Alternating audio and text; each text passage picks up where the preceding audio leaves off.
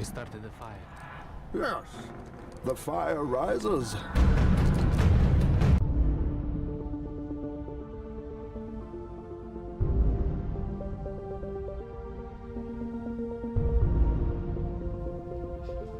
How come you don't want me, man? I have failed this city. Today we face the monsters that are at our door and bring the fight to them.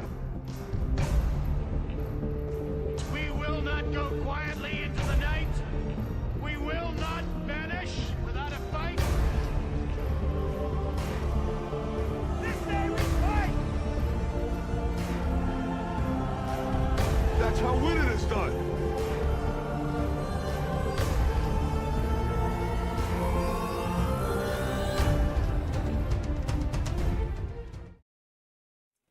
Hello, everybody! Welcome to the Saturday Night Special. I am your host, Nick Phoenix, and joining us from her long self-imposed exile, we have returning to the fray, Rose Eagle Rider. We have Rose Eagle Rider. Hi. How's everyone tonight? Sorry, I'm this today. It's okay, you're among friends. Yeah. Crazy. So Jason will be here. He was just feeling he was feeling kind of dirty, so he decided to go take a shower. Which I don't know why you would take a shower before doing the stream, because you're just gonna get dirty anyway. I was gonna say this stream should make you feel dirty. So. I know, right? So, before we start, I did not miss that. Before we start, I did see Spider-Man, and we will talk about it. At one point, I will put up a spoiler alert. That is your cue that I'm talking about spoilers. While this image is on the screen, there will be spoilers. When the image is not on the screen, there will not be spoilers. We're not talking about it right now. I'm just letting you know, mostly for that one lurker we have who likes to wear hoods. But some people are lurking crazy people. I mean, yeah, they do be like that. But let's start with the game. We're going back to Los Santos. So where have you been, Rose? Where has my good friend been? well, I mean, I got to come back at least briefly around finishing the long trip. But the long story short, I'm sure you do like coming. Shut up a second. Hey, shut up. It was about 2 months of traveling for all the fun stuff, and the day that we left to take my friend back up to Canada, where he's from, we were about an hour and a half from our house on the way to Canada in the car when my mom called to tell us that my uncle passed away. Oh, yeah, I remember you messaging me about that. I was like, take all the time you need, my friend. So I got him up there, took care of what I needed to, got home, got a couple days to pack and get ready, and then that next week, and by the time that next weekend hit from the stream I managed to come to, I was in the car on the way over here. I helped for a week in getting everything planned and set up. Oh, shoot. Sorry. I forgot. I've been playing the game on my own a little bit, and I turned back on the things. I need to turn back off the, Alright. Yeah, But, so then we did all the funeral stuff over the weekend, and I'm loading people in and out of cars and helping see people off at the funeral and take care of people and stuff, and it's only about 110 degrees out while I'm loading people in and out of vehicles and helping do things outside for a while. Only and 110. That's not an exaggeration. And we all get home and chugged through so many fluids that night and got a bit heat sick for a day or two. And about the time I started to come out of that, we realized that basically the entire funeral party all got norovirus together. Lovely. So that's been my week. So yesterday we got well enough that we could run to town to get some food and meds we've been needing, and then the freak hailstorm formed above us in the middle of the mountains on the way back from doing that, and was throwing softball-sized hail all over us, and then managed to break Mom's windshield. That's my last couple weeks in a nutshell. Okay. So we've had a hell of a few days. So what kind of mask you thinking we should get for this heist? I don't know. Let's see here. Got the red monster. Got the luchador. Let's see the domino. Oh. Can we buy 3?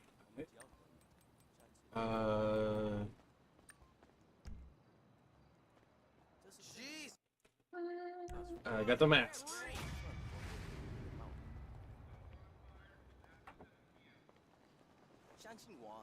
I did figure out that in the 2 months of traveling in basically constant, intense amounts of photography every day, at everything from aquariums to zoos to nature trails to monuments and Niagara and everything else,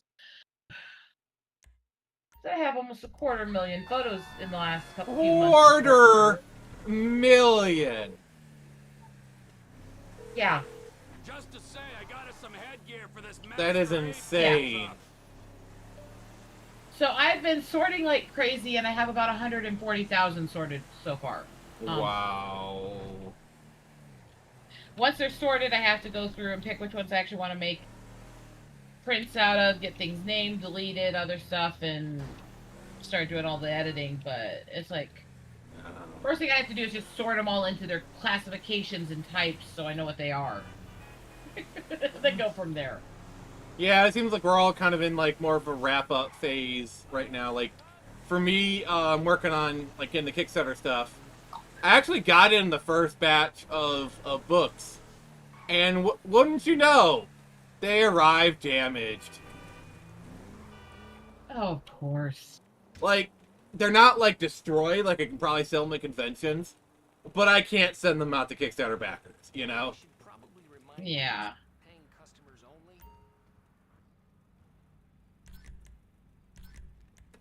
Shout out if you want to take a look at anything. So. Yeah, it sucks. Luckily, like Critical Blast, he always takes care of me. They're reordering them, so I'll have some new ones, but it's just more time.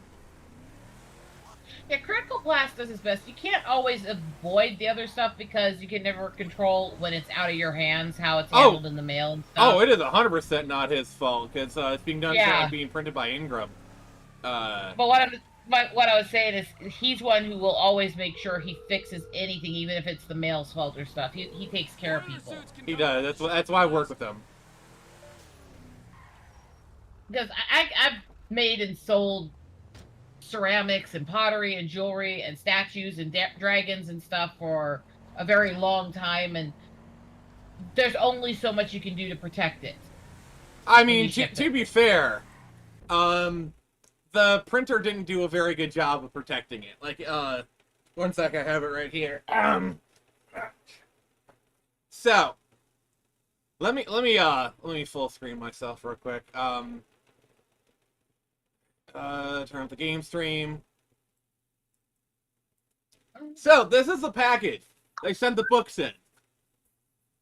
It was just the books in this crevice. No padding, nothing whatsoever. They were just jostling around like that. It was, when I, no wonder. Like, yeah, that's annoying. So, let me see here. You can kind of see it, like, this here is all kind of messed up. And then, the spines. I don't know if you can see it. But you got, like, the little white thing right there. That's no bueno. That, like, could I sell these conventions? Yeah, I could probably go sell these at conventions, but when I'm doing this to the Kickstarter, they expect kind of collector-grade stuff, and I just can't do that. I can't send it to the Kickstarter backers, you know? Yeah. You want to make sure everything's perfect for people who put enough time and effort into sending you money early and stuff like that. Yeah, exactly. I am going to be starting to save my funds on my card as soon as I get home in a couple weeks. So go over your stuff and send me what you think it would cost to get a little of everything sent to me. And I can save up for it. Okay. I'll look into that. That's probably the way I would prefer to buy it anyways, because I hate backing on Kickstarter since they don't take it out right away because I have memory issues. That is so annoying. And especially now that Kickstarter is like, oh, so we'll take it out in the end, but also we have the option of when you're ready to ship, then we'll charge them shipping. Hey, King Potato, how you doing, buddy? Because you should be able to add shipping on top of the amount they already vowed. Well, I don't know why they do it, but yeah, it's an issue. Yeah, they don't charge the shipping. Like, you can have it so that they don't charge the shipping. They can have it so that when you're ready to ship, because sometimes it takes years to fill this, and I get why Kickstarter did that, but it's just another failure point that I find annoying about Kickstarter. Because it's really hard enough to where, like, I've explained to people, oh, yeah, it doesn't come out until the end of the campaign, so you can back it. Yes, King, Rose is back. We are very happy. Thank you. So it doesn't take it, and, you know, I explain to people, they're like, oh, I'll just wait till I get paid, and I'm like, you know. So it goes against how people think. That's what I liked about Indiegogo. Yeah. And if I can be honest, if I could, I would still be using Indiegogo. It's just not, you know, doesn't get the traction that Kickstarter does. Yeah, it had its heyday and fell off pretty hard. Yeah. So I'm not a huge fan of a lot of these things. Doesn't mean that I'm not going to back people when I can, but for Kickstarter, it's just such an issue for me.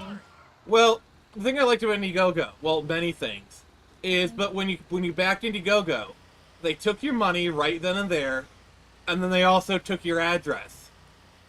So much better. So much, like, the very concept of drop pledges doesn't exist on Indiegogo. I have a Pokemon question, more of in dire need of help, King Potato says. Alright, what's the question, Sarah? I'll help you as best I can.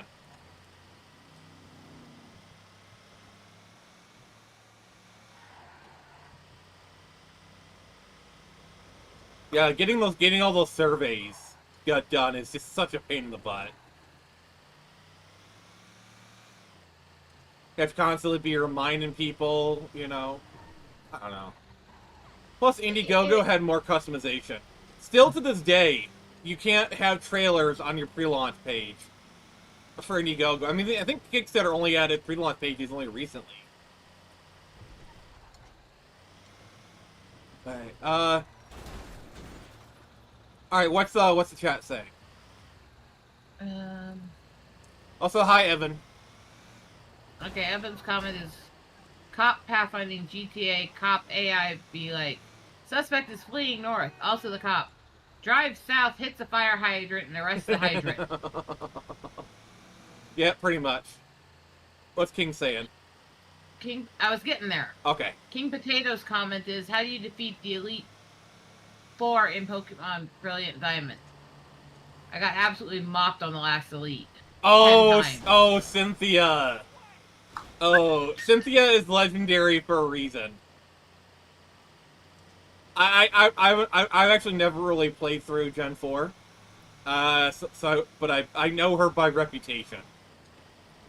And then you have Hunter Iggy greeting you and asking what you're looking for SummerSlam this week. I'm not really much of a... I mean, I'm very casual wrestling fan. I tend to watch, like, the documentaries. So I don't really have an answer for that, but I will say I hope you enjoy it. The Fourth Elite, who I don't know who that is. Hey, Rose. Look. Little Pricks, I'm sure you're familiar. I don't know what you're talking about. I'm a sweet, innocent angel, you fucker. I mean... Little Pricks, if you're used to dealing with those. I mean, yeah, but they're usually pathetic anyway, so... Oh, gosh. I think it's partly because I just don't care who I offend on any side of anything.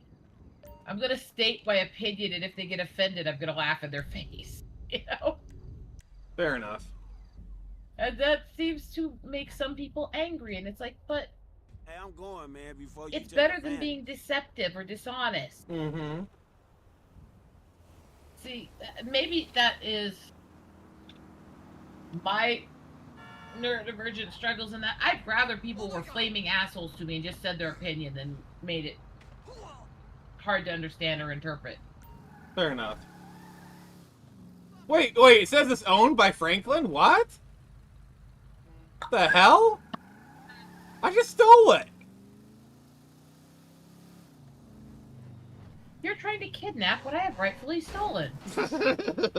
Sorry. No, it's okay. It's just I had to. Yeah. Right now I'm looking for a getaway vehicle, so I'm going to see what I want to grab. Alright, hurry back, King Potato. If you guys are having a good time, please make sure to give us a like.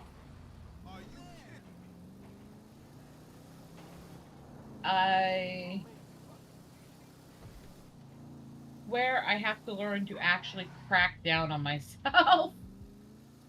It's not that I'm not good with my photography, it's that I have this weird, obscene tendency to, like, pick out a few prints I get really excited for, and then basically ignore everything else for years and years. And I have so much stuff I actually need to sort, organize, name, catalog, and everything from 8.5 years now of this. Oh, wow. And most of it isn't sorted. So I'm just working backwards now. I'm going to sort all the shit I did this summer, and then I'm just going to start working back through all the previous years. All right. You know? Yeah. Did you get my stuff back? My husband laughs because I'm obviously very scatterbrained, and Oh my god, man. You're awesome. I acknowledge that. Yeah, that's fair. So, I do apologize for starting a few minutes late. I was seeing Spider-Man.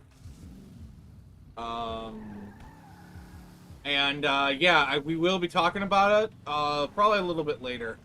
Like, maybe about an hour into the stream or something. I'll be putting up a spoiler alert tag. Now let's wait till Jason's here so we can ruin his day with it too. I mean, sorry, I'm terrible.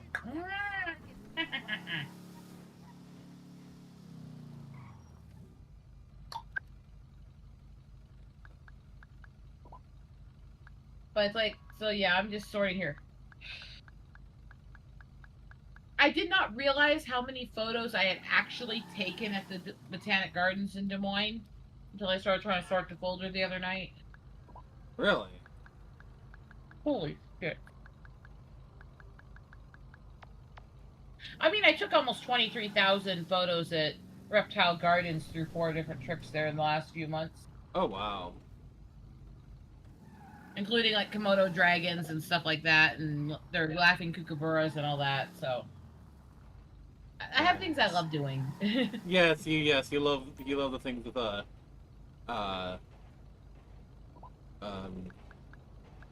phoning Michael. Okay, I gotta phone Michael. Alright.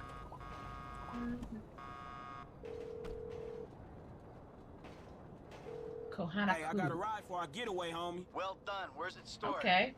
Chamberlain Hills. Okay, that's everything. Come back to the You gotta lot love and the I'll talk names you of through the koi plan. fish. When we get the stuff, Yeah. Steve says we gotta take it to Devin Weston, the guy we met at that interrogation. It's a big investor or something. Got some Anyway, interesting that don't shots matter. of I'll them handle the drop when I was off. at the Botanic. Really? They were in feeding mode, so I managed to get some shots of them from above with, like, their mouths open coming out of the water with the ripples and stuff like that. Interesting. Which I like. Yes, I imagine. Alright, so now I gotta get back to, grab a car and get back to, the lot. The other thing is, again, koi all were, of course, specifically bred and created through carp, through Japanese culture. Goldfish were same. They're a form of carp that was specifically bred through Chinese culture. Carp? So I mean, yeah, both koi and goldfish are forms of carpfish. Oh, okay. Genetically bred through generations, Okay. and they're both Asian carp. I never knew that. Jason, do you feel clean? Well, yes. Had you not sent the guest over to my lake, I wouldn't have had to coat myself in blood today. Well, now that you're at our stream, you get dirty now. I wanted you to have a nice blood ritual. Come on, man. I mean, I thought blood rituals were for women. Or wait, that's a different thing. Blood rituals, they're for women and douchebags. True. Because let's just face it, we women have our own blood rituals. Monthly. I mean... I once knew a guy who would tell me, Nick, don't trust anything that bleeds for a week and doesn't die. I hate that dumb statement so much. I know. See, that guy was such a... Because he was like one of those guys that, basically, like, he was like a divorcee and the wife was kind of screwing them over. I remember one time he brought his daughter, to the restaurant and, he was a wholly different guy because he was like really nice to the daughter, you know, really loving and caring. It was the side of him I never saw before. That. The problem is often when like he was a jaded douchebag, but he still loved his daughter. Yeah, the problem often is when a partner gets screwed over bad enough by an ex-partner is holding everyone of that gender accountable, and that happens quite often, honestly. Yeah. I mean, but at least he wasn't doing that. I mean, to be fair, if I were to hazard a guess, he probably hated every woman on the planet except for that one, except for his daughter. Okay. Yeah. I'm gonna be right here. That's something. I have low standards on anything that involves people, honestly. Yeah. The fact that I don't hate all men, considering the kind of men I've dealt with in my life, is a testament to not allowing myself to be filled with hate, I think. See, the problem is, while obviously you gotta not all, stereotypes exist for a reason. This is true. Are there women who do act like the way men talk about? Yes. Very much so. Is that all women? No. Not even the majority. And that's the problem with the women who bash on men. It's not the majority. The stereotypes are stereotypes because they're so flagrantly in your face and so annoying that people latch onto them over the other. It's like dealing with religious extremists. They're the small percentage of people who are religious, but they're so loud and aggressive, everyone thinks that's what they all are. Exactly. Let's do this. And so it's like, I understand it. Oh, don't believe me. I went through my man-hater phase after going through all the crap I went through when I was younger. Yeah. But I also realize it doesn't work to hate everybody, because you're never going to find everybody of any group fitting what you went through to begin with. Well, basically, the thing that I had to go through is you attract what you are. And if you're bitter, angry all the time, you're just all negative, that's what you're going to attract. But if you're positive, you're happy, you're going to attract similar people. And so I basically kind of had to make a decision in my life to be positive, you know, look on the bright side of life. And I'm going to be honest, once I started doing that, my life got a heck of a lot better. Yeah. I'm going to be honest. I met my husband while I was still a bitter bitch. All right, team, I'm in position. What's the ETA? To be fair, you can be a bitter old hag if you have good head game. To be fair, that was before we were dating, so I don't think he was looking at me that way, thank you. I don't think he was looking at your face at all, to be fair. You know, I didn't do that stuff when I was new to things, because I had respect. Oh, okay, here's a question for you. Mm-hmm. Did you ever read that, like, I remember reading the story where, this woman was at a party and she was, like, saying how, her boyfriend slash husband, she was really happy with him. Like, she was like, oh, I never would have slept with him when I was younger.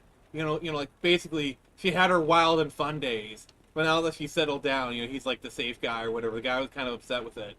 And that does kind of speak to, you know, a feeling that a lot of guys have. Oh yeah. The problem with that is if you want the wifeable, you want the ones who don't want to rush into it anymore. Yeah, but at the same And so time, it's like there's a double side to that because I don't think most women want the guys when he was acting in his stupid years either, honestly. but at the same time,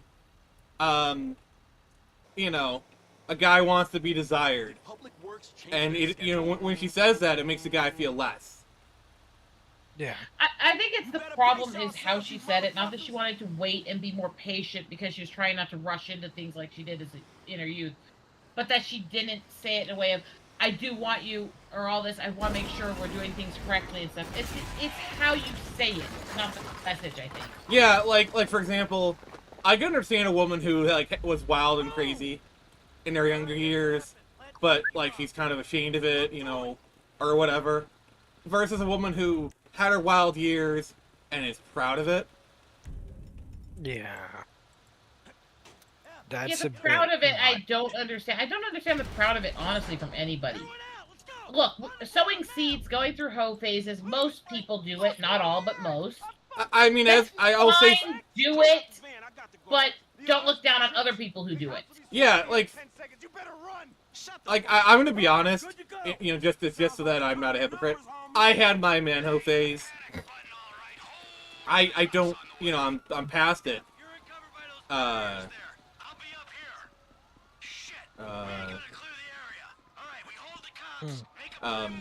Sorry, I'm also busy trying to play the game. Yeah. I do think one of the things we can fall into too easily in a society is once people go through that phase, and even if it's through trauma or other things or necessity, it's really hard to ever get people to stop looking at you that way. And then when you stop doing it, people judge you for that too. And so it becomes cyclical. Yeah. Yeah. And that, and that becomes a problem because yes, we should be cautious because just because they're saying they're changing doesn't mean they actually fucking are. Yeah. But we also should be trying to encourage them to better themselves too. well, yeah. And it's walking that fine line. Yeah. And if I sound quieter, I've been realizing I've been screaming the entire time we stream. Oh, geez. Fun. Yeah. Fun times. So if I have to up the volume on my intake, let me know. Yeah, after this mission, I'm going to be, we'll do our Spider-Man thing. Okay, good. Yeah, I just, yeah. Fun times waking up 2 minutes before streaming. Isn't that lovely? I mean, I was on Mad Dash myself, so. Alright, where is that helicopter? Oh, there you are.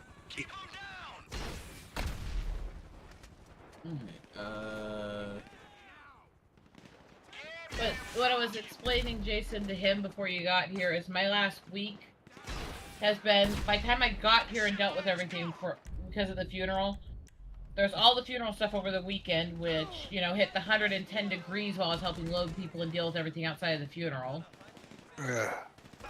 I get home from that feeling a bit heat sick, obviously, from dealing with all that. So about a day and a half into that, start to get over the heat symptoms and realize that I'm really sick. And that's about the time we figured out that at least 33 people, if not more, from the funeral, all together got norovirus at the funeral. Lovely! Norovirus? I knew I should have told that woman, Nora, not to get people infected. This And the is worst bad. is that we're pretty positive the person who gave it to us is the stupid fucking nun that I hate so much at that church. Oh. I have a history at that Catholic church, and I hate their fucking guts for a lot of reasons. And I only ever go because I have to for family funerals, and I cannot figure out how to decolonize my family from Catholicism. Yeah. I hate Catholicism so much. For a lot of reasons. But that church, I have nothing against Catholics as people. Get that very clear. I've got a family full of Catholics. I've got friends who are priests, everything else. It's not Catholics. It's tenets of Catholicism and their actions.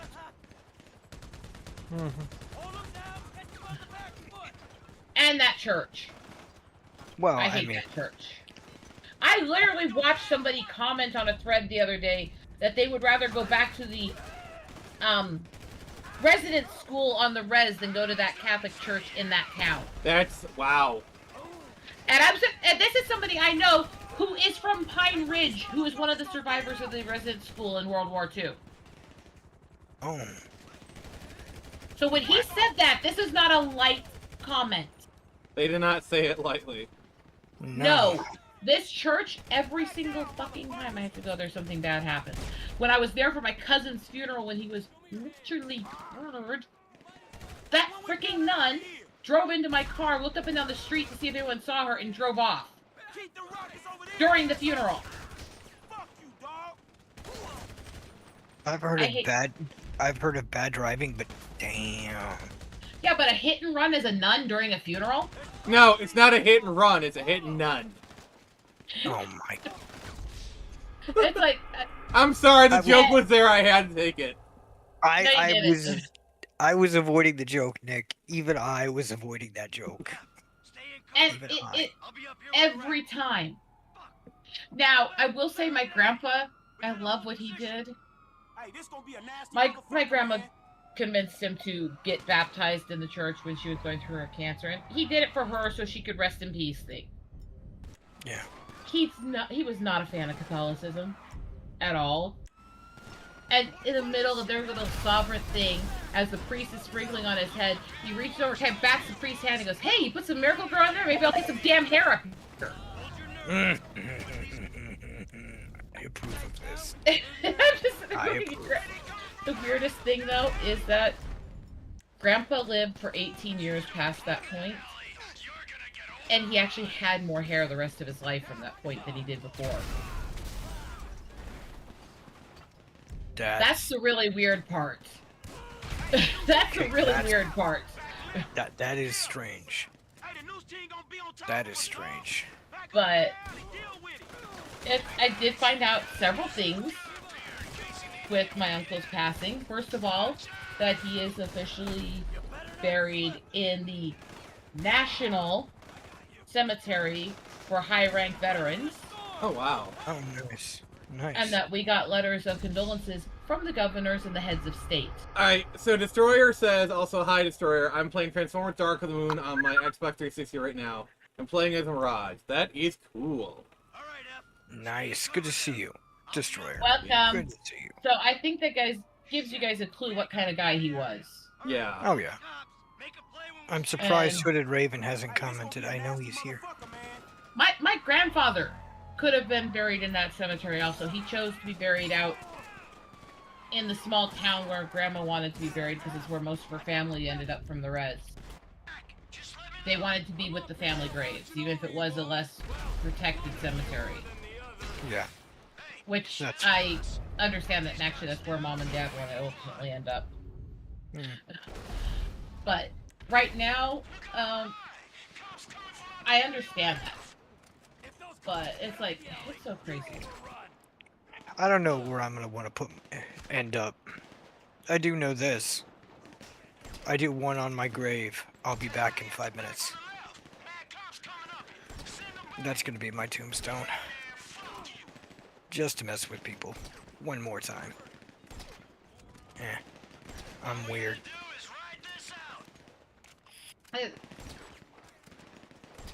Sorry, I should have muted myself. Apologies. No, it's okay. But yeah, it's like, it's been so crazy, but I knew my uncle was not long. There's been a lot going on behind the scenes for a while. I've known for over a year he's been going through treatments for lung cancers. I knew for the last couple months that he ended up with pneumonia on top of it. With lung cancer. So I knew he didn't have long. I did get to see him just before I went home to take my friend home. So it's not like I wasn't preparing for it. I just wasn't ready for it to happen at that moment. Yeah. Alright, what's the chat saying? Let's see.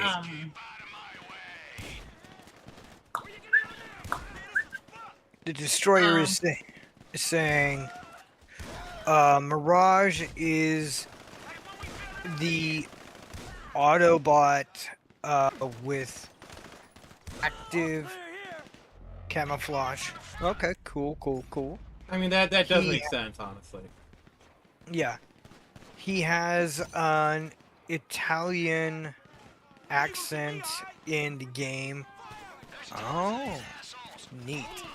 Which I guess sort of makes sense since he transformed into an Italian sports car. Alright. Alright. That's, to be fair, that makes sense. Sure. To be fair, that Hey, makes sense. hey, Nathaniel. Hey, Nathaniel. What's up? I'm gonna get to reading that chapter you sent me, Nathaniel.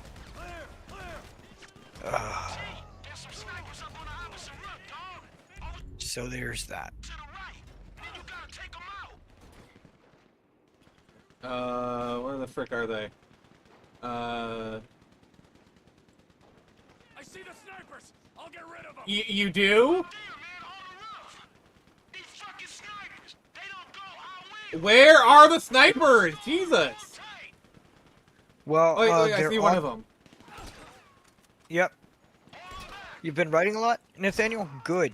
Yes. And I'm going to be getting to what you sent to me 3-4 days ago today. I woke up just before the stream, hence why I haven't got to it yet.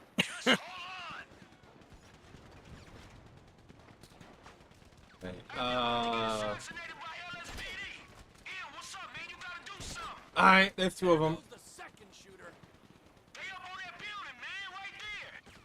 Oh, I see it. There we go. So aside from the passing, Rose, how's the rest of your week or days been going? I mean, considering the long list of everything from the car damage to everything else right now, exhausted. Exhausted? So this is where you wish you could have a clone to do most of the nonsense you really don't want to deal with right now. Yeah, do all the sorting and the little technical shit I don't want to do because I'm busy being creative. I mean, Good. the creative side I'm great with. The slow, tedious, yeah.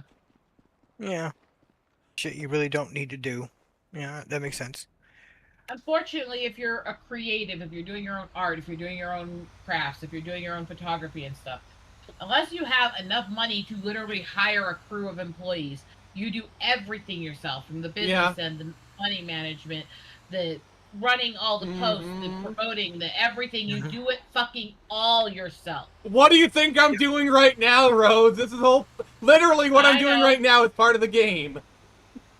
Yep. I've tried to explain to people, because everyone I've talked to seems to think that making a art book of photography is so easy. You just add the photos and the book's easy to... No. See, No. this used to be the appeal No. of traditional publishing. This used to be the appeal of getting your book published by Simon & Schuster or working for Marvel. Is you just focus on creating. They deal with all that hard stuff, but nowadays, more so in the trad pub world, even if you are trad published, you still have to do your own marketing. You have to sell your own book. Unless you're someone like Brandon Sanderson. And even Brandon Sanderson has to do a lot of his own stuff. And that guy's literally like the #1 fantasy author out right now. Yeah. He's got his own team doing shit. Not writing his work, but definitely doing it. Yeah, but even he has to do stuff, is what I'm saying. Wait, yeah, he has to do stuff. He has to write. He has to set up press meetings, all kinds of shit. But, so yeah, like, the thing about trad pub is that trad pub nowadays, even trad pub, is not even worth it. What I didn't know going into it with photography is there is so much work that goes into every photo choice, every alignment of pages, realigning the pages like 50 times to make the photos and text boxes fit and everything, because it's not that easy, actually. Then you have to input all this data, all this information on the photo, where it came from, how you got it, when it was taken, all this other stuff and things. And what I didn't know is, on average, a good size photo book, coffee table art book kind of book, Nice work. Mhm. I'm about to Takes meet this 6 guy. I'll months tell you with a how it crew of goes. up to 30 people at most publishers. Yeah. Yeah, that's a Oh, good thing. wait. Okay, Sue Bubba Creation is saying 6-7. Nathan, Hood Raven, is that you? It's probably Hooded Raven. Oh, There's a God. lot of comments that we've missed. Oh my god. I think.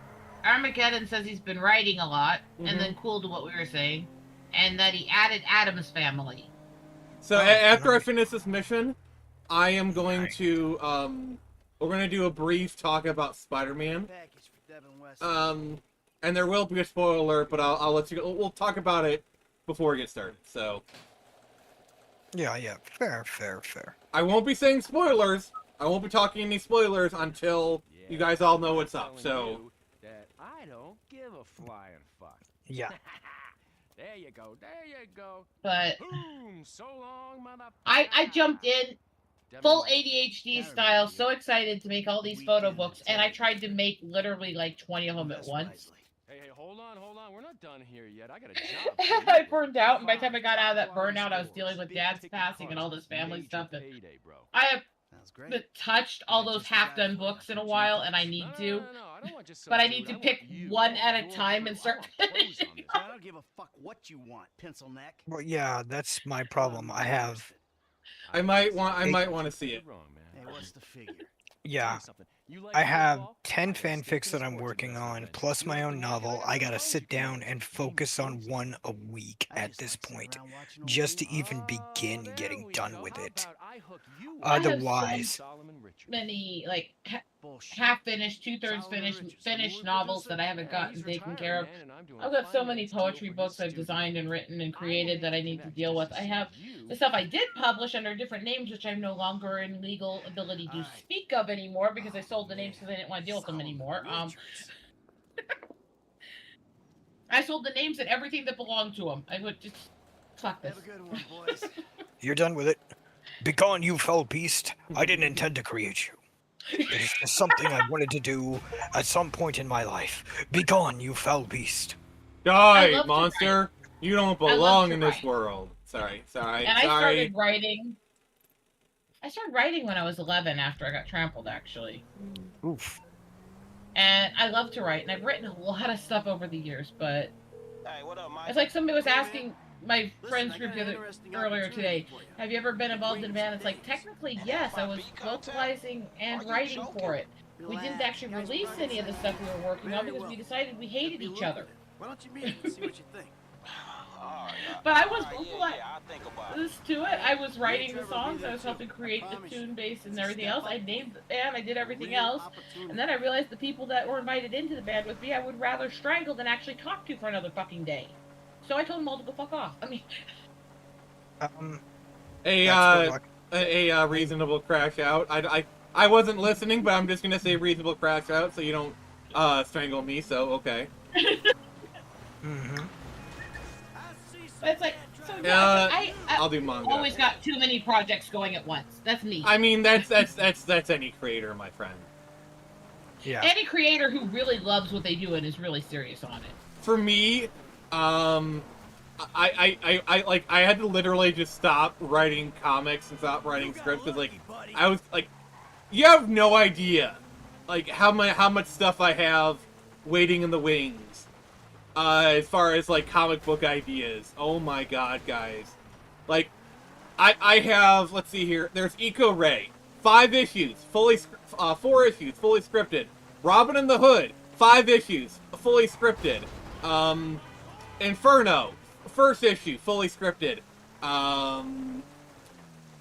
Jesus Christ, I have so much shit. So much shit. Nick, so what you're telling me is you have 67 comics written and ready. Tell you what, if we get to 10 likes, I will open up my writing folder, and I will show you live on air just how much shit I have that you guys haven't seen yet. 10 likes. That is the challenge for today. And I will show you my writing folder. By the way, I'm getting to the house so I can like save the game, and then we're gonna talk Spider-Man. Okay, good. Well, you got one more like, so you're almost there. It's 6 Oh, likes, nice. Thank you. according to me. Thank you.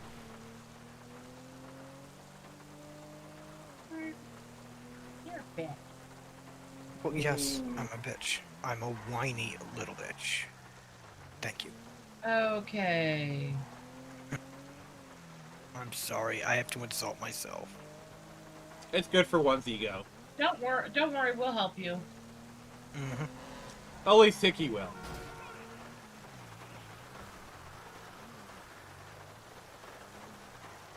I'm evil sometimes. Sometimes. No, the reason I said that. Wait. Okay. That's Hooded Raven. That is Hooded Raven. No, it's not. Empty house. Wait, No, it's not. It's Playful Eagle. Yeah. Is that you? Look at the picture closely. It's my cat cuddling a stuffed gnome. So Oh, is that yep. your alt account? That is my alternate. Yes. Okay. Okay. Good comment there. Good comment. Oh my god. You know, your character doesn't have to sleep in a full suit. You know. But I want Just to. saying. Alright. So. This is how it's gonna work, guys. I just defeated Starscream in a boss battle. The Mirage level unlocked achievement chapter 3 for completing it. So. This is how it's gonna Nice. work. We're gonna talk. I just saw Spider-Man brand new. I just watched Spider-Man Brand New Day. I'm gonna do a non-spoiler review first. But when I put up this picture, this is your this is gonna be your spoiler warning. It is a huge spoiler warning. Okay? Do you see the spoiler? Let me just bring this down so people in the call. Do you see the spoiler? No, can't see it. It's invisible. Yeah, that's it. So, when this picture is up, there be spoilers. When the picture is gone, no spoilers. So, I'm gonna just say my non-spoiler review first. Really good, actually. This felt like the Spider-Man movie we always should have gotten. Also, this felt like the Marvel movie we always should have gotten. Like, the thing I like about shared universes is when you have just random characters pop in. Okay? I don't want to say who pops in. I mean, there's some stuff that we know that were in the trailers, but I don't know what people know, so I'm just not going to say. Really good. Sadie Sink's character is really good. I'm not going to say who she is until we do the spoilers, but really good movie. I don't really have a fault for it. I don't really have any faults for it, so I'm just going to say 9.5 out of 10. So, alright. Spoilers. If you're seeing this, there are spoilers now. As long as this image is up, there are spoilers. Sadie Sink and Jean Grey. The thing that we all knew. The thing that we all knew. Sadie Sink and Jean Grey.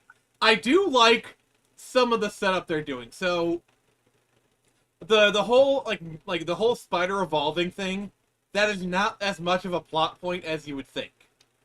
But he does actually create a suppression chip based off of what Hulk was using. And it's a universal suppressor, and it's like designed to suppress all powers. And you can just tell they're setting up for the Mutant Saga, because the suppression chip is basically an analog for the suppression collars they use in X-Men. It's very clear that chip is going to come back into play. Okay. Okay. Mark Ruffalo is barely in the movie. He's in it for like a couple of scenes. They have him, they do a conversation. He does turn into the Hulk. It's not as big of a deal as you think it is. No, I was just responding to the person in chat commenting on him. Such an overrated jackass. Yeah. Yeah, also the fact that he's not doing any of the promotion says a lot. Yeah. The fact that you have one of the core Avengers who's in this movie not doing any press, that says so much. Also, Frank is kind of... He's an unexpected pleasure in this movie. I don't know how, but they managed to put the Punisher in a PG-13 environment, and he's kind of the best part of the movie. Really? Yeah. Correct me if I'm wrong, Nick. You know more about comics than I do, and I could be misremembering, misconstruing things. Wasn't the Punisher's really first appearance in comics in Spider-Man anyway? Spider-Man issue 50, I believe. Yes, he was originally a Spider-Man villain. Yeah.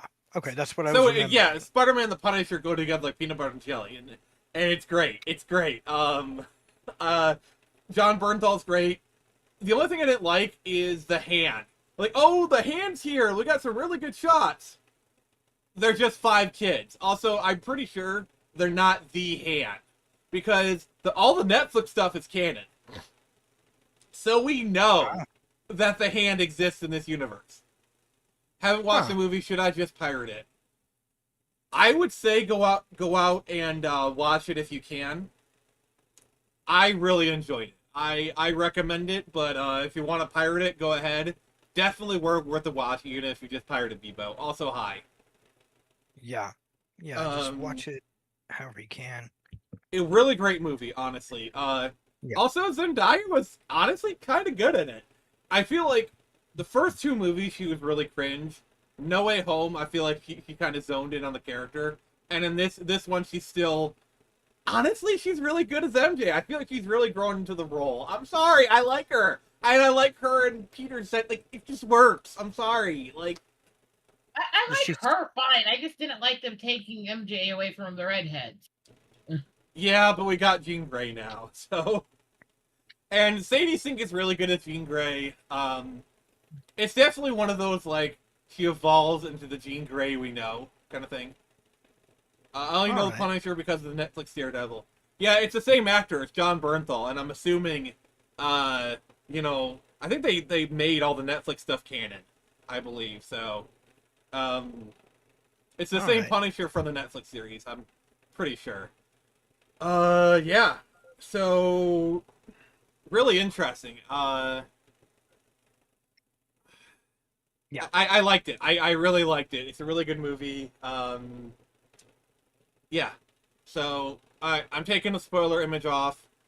Alright, no more spoilers. So, if you muted us because of spoilers, you can unmute yourself now. Yeah.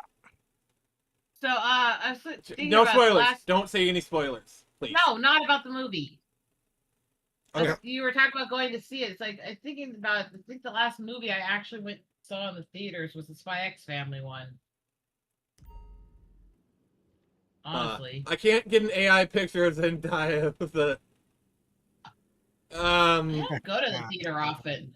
Honestly, more because I'm worried I'm gonna interrupt it. I like going to the movies. I especially because like I have no life, so I can go to matinees. I only pay $5 to go see this. I'm sorry, $5 is a great deal to go see this movie. Well, yeah. Look at it from my perspective. I'm always worried I'm gonna ruin somebody's day if I'm in the theater because if I start ticking hard, it's loud. That is reasonable. Yeah, So, that's but reasonable. I don't go often, and when I do, it's during off hours, and I'm pretty much heavily sedated. Anyway. It says that now I am muting my volume. Alright, good job, Destroyer. Good and yes, job. Bebo, that was spoiler segment. So, guys, no spoilers in the chat, please. Well, yeah. I may not go see the movie next week or whenever my family goes to see it. I don't know yet. I'm just gonna please, guys, quiet. I am just for this weekend. I'm instituting a no spoiler policy. Any spoilers in chat will be removed. So if you do spoil the movie and this is for the sake of because I know there's people who don't want to be spoiled. So please, no spoilers in the chat. They will be removed.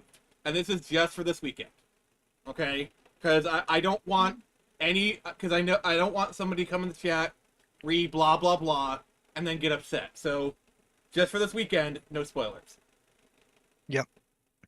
That makes sense. All right. So, aside from that, it What? was a. You're saying it was a good movie, and it was worth the time. Yes. All right.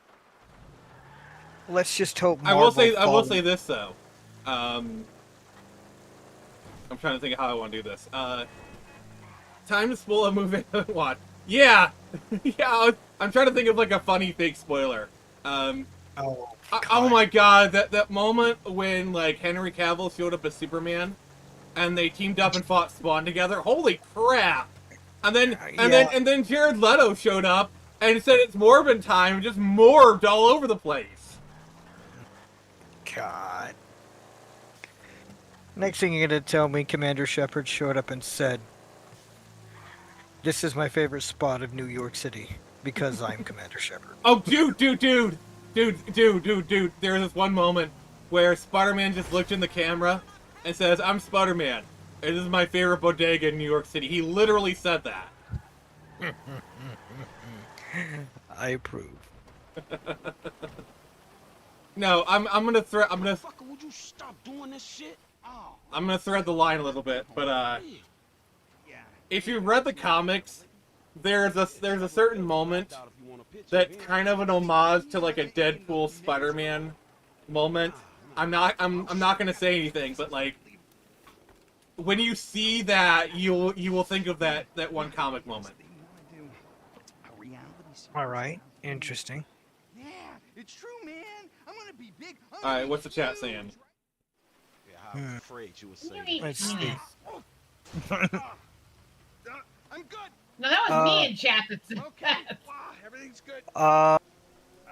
Bebo says, "Oh, that was spoiler segment. Oh, that was the spoiler segment? Yeah. Yeah, a little bit. We spoiled a little bit of it." Yeah. And then Bebo said, "Time to spoil a movie I haven't seen." Okay, you covered that one. Okay, good. And then the Destroyer said, "I have no doubt it's a great movie, but they shouldn't. They should have had Charlie Cox as Deadpool or Daredevil Yeah. in Brand New Day. Yeah, I they mean, should have. Punisher in Spider-Man was great because like Punisher and Spider-Man, they classically do go together. So, and Punisher was low-key one of the best parts of the movie. I'm sorry. All right, that's a good thing." Then Bebo said, "I couldn't believe. I couldn't believe when Master Ogwe showed up during the battle of Gettysburg." You know, it's really fun just making In Moscow. Jason read so that I can listen to him and laugh. Oh, by all means, do that. In Moscow, France. And Ogwas all He just over Ogwe'd the- all over the place. What? Yeah, oh my god, that is funny. Why? Why? Because they have things nobody else has, because they can afford it, because frankly, I'm rich enough to do whatever the fuck I Okay. want, and you're poor enough But not to yeah, pay the any damn stupid the questions. movie has No, I been mean, catching that's quite the friend. buzz online for the Yeah. past couple of That's days. a nice fucking speech about the value Which of is telling me friendship. one thing. Oh, of course he It's was good the and people creepy like one. it. That's coming Yeah. from you, That's please. improvement. It's probably gonna have like one of the biggest opening weekends of the year, I think. You're gonna dress up as traffic cops, and you're gonna rob two trust fund kids that I know and dislike intensely. That wouldn't surprise me. We can get a good price My on only tickets regret in is Asia. hopefully Complete Disney tour, you'll learns love what they the need to You're from this late, movie. sugar tits. Yep. Cross So what's fingers. going on? Disney. Are they go- Finally Learn? get to realize your childhood dream and dress up as a cop. Mr. That's Wilson's the research problem. team suggests Yeah, I that mean, Like hopefully me. with the Moana live-action remake bombing as hard as it is, hopefully that teaches Disney a lesson. Let's go, T.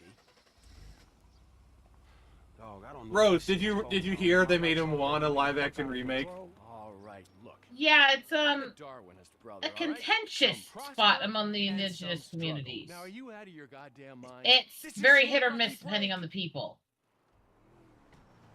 Huh. I knew it would be. Because they did do a lot of the indigenous stuff right. However, they did also straighten her natural curls and shit like that. And things that really didn't need to be done, that didn't make sense. Okay, so we're talking about like indigenous representation in movies. What did you think of Prey?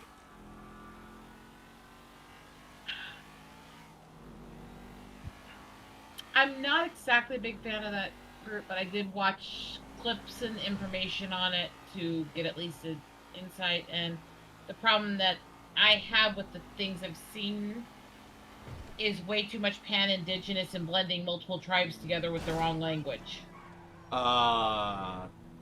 See, that's my problem with Hollywood. They think people are just gonna blatantly accept blending cultures and shit like that. Symbolism and religious things referenced in it that tie to over 20 tribes. They have a Lakota actress, but they're trying to make her speak Comanche. Yeah, it's like, oh, we got a native to play a native, but aren't you guys happy? Clap, you seals! Yeah. Hey, look, we got somebody German to play somebody Scottish. They're speaking in Scottish tongue. Hey, what's the problem, right? I mean, I do think Amber Myth Thunder did a great job with the role, mind you, but yeah. No, nothing against her. And again, there's not exactly a ton of jobs for indigenous actors, so I get it. Grab your bag, take the jobs you get. I will say, you know? seeing her show up in Monarch Legacy of Monsters Season 2, that was a nice treat. Yeah, fair. Hey, Frank. Hey, I'm nearly with you. Alright, what's the chat saying, Rose? Yeah, I guess. We look pretty ridiculous. Alright, man, look, I'll see you soon. Hopefully Marvel convinces pick you Eric up coming to Bana the to grave reprise scene. his role as Get the the Hulk in drivers Secret there, Wars. get 'em going in And have him kill Mark Ruffalo's Hulk in it. And make it the last time we see Ruffalo's Hulk. I mean, with the multiverse saga they're doing, this would be a nice opportunity, but I don't think they're gonna do it. I don't think so. No, that would be ideal. It would be You know what would perfect. be the greatest, funniest thing? What if they recasted Ross again, but they brought back Sam Elliott? Oh, that would be Because he was Thunderbolt Ross in 2003. By the way, perfect fucking casting for Sam Elliott to play Thunderbolt Ross. Perfect casting.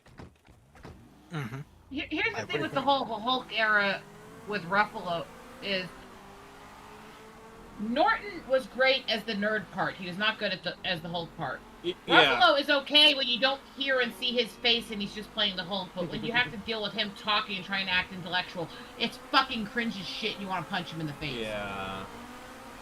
If they could have combined them so that we don't have to look at Ruffalo, he's just playing Hulk, and other than that, he's gone, and the nerd side's done by Norton, that would have been ideal. By the way, did you hear the rumors? Apparently they're looking to recast She-Hulk with Alexander Daddario. Please! Please, Marvel! Please! You have this one chance! If you cast Alexander Daddario She-Hulk, I will go to every She-Hulk movie ever! I will give you all the money! Please, for the love of God, cast Alexander Daddario. And give her a personality that isn't I hate men. It's Alexander Daddario, come on! I was just thinking you sound a little almost incellous at that point. Wait, I sound what? A little incellous at that point, like, let me see her! I want to see Alexander Daddario as She-Hulk, okay? She can She-Hulk all over me. Oh, really, Nick? Oh my god, no! No! No, you do not get to say it like that, Jason. Bad Jason. Oh my. I'm trying. Read the comments, Rose. Fuck off. I mean... With Alexander Daddario, sure. I'm pretty sure the original plan was to have the other two Spider-Man actors appear again in Brand New Day. Possible. Possible. And then Destroyers, I like Prey. I never liked any of the previous Predator movies, not even the first one, since I fell asleep on it. Oh. See, it's not that... I'm not saying that Prey was bad for what it was. I'm saying that they took the lazy way out. and they missed a lot of markers that are important to people. And they really played on the patriarchal side of things, which is not common in almost any indigenous tribe. So it felt like they were trying to push that feminist narrative that wasn't even needed. Yeah. Yeah. Because almost every indigenous tribe had female braves. It was not unexpected. It was not, you weren't supposed to do it, any of this shit. It was normal. Yeah. So. Well, I mean, that's survival at its finest. Everybody does their part. Whatever they can do, you do it. Oh, I agree on Hulk voice. And the artwork of Hulk wasn't done bad. It's the movement was off. Wait, what are we talking about? He's commenting on my comments on Hulk. I like Norton's Hulk movie better than any of the Ruffalo ones myself. Yeah. But, the movement was off. The movement just, it didn't have a natural Well, the thing flow. that's been really holding Hulk back is, I believe it's Paramount or Universal still has a stake in the rights. That's why they haven't done a solo Hulk movie for a while. That's why I haven't done. That's why a lot of movies, like Ragnarok. Like Ragnarok was basically a Hulk movie in disguise. Same thing with the new Captain America movie was basically another Hulk movie. It's because they can only do crossovers. As long as we can keep with them, we'll pull this off. Let's be honest. Marvel has gone so normie-centric in their movies, the further they went in. When they first started doing the movies, they were hitting on some of the stuff a lot of people didn't know and stuff, and it was good. And the further they went, the more it became formulaic, the more it became normie knowledge and stuff like that. Actually, I'd say it's... also, Quiet Red Media says, what up, y'all? Hey, Quiet. Hey, how you doing? Quiet. Sorry, I try to acknowledge the people when I see them, so... Yeah. I would say it's kind of the opposite. Like, they started very normie-centric. But after Endgame, they tried to, like, go all new, all different. And it largely failed, so now they're trying to go back to being more normie-friendly. I think you're mistaking what I'm talking about when I say normie-friendly. I'm talking about really, really formulaic and stuff, and I'm talking about that era book up to Endgame. The first few movies, they were hitting on some of the stuff that wasn't as mainstream to people that weren't big Marvel fans. Well, the thing about that first phase is... Please let me give my description, and then you can Okay. rebuttal, okay? Okay, I'll rebuttal all over it then. It very quickly, within a few movies, became more precise in exact timing of the movies and how each ebb and flow of the line of the movie went, when the battles had to be, how long the movie had to be before, all this stuff became more and more formulaic. I mean, I can tell you exactly why. I can tell you exactly why. Disney. No. So, That's part of it. no, the answer is Kevin Feige, actually. So, phase one, basically they brought in established directors, like, and they were allowed to put their touch on the movies, like, Jon Favreau did Iron Man. Kevin Branagh, the Shakespearean actor, directed Thor. You had Joe Johnston, the Rocketeer, do Captain America. That's why Captain America, the first Avenger, felt very Rocketeer-esque, because he had that director. You know? And so they allowed the directors to put their stamp on it. Phase 2, Kevin Feige took more control. Well, Kevin Feige and also Joss Whedon.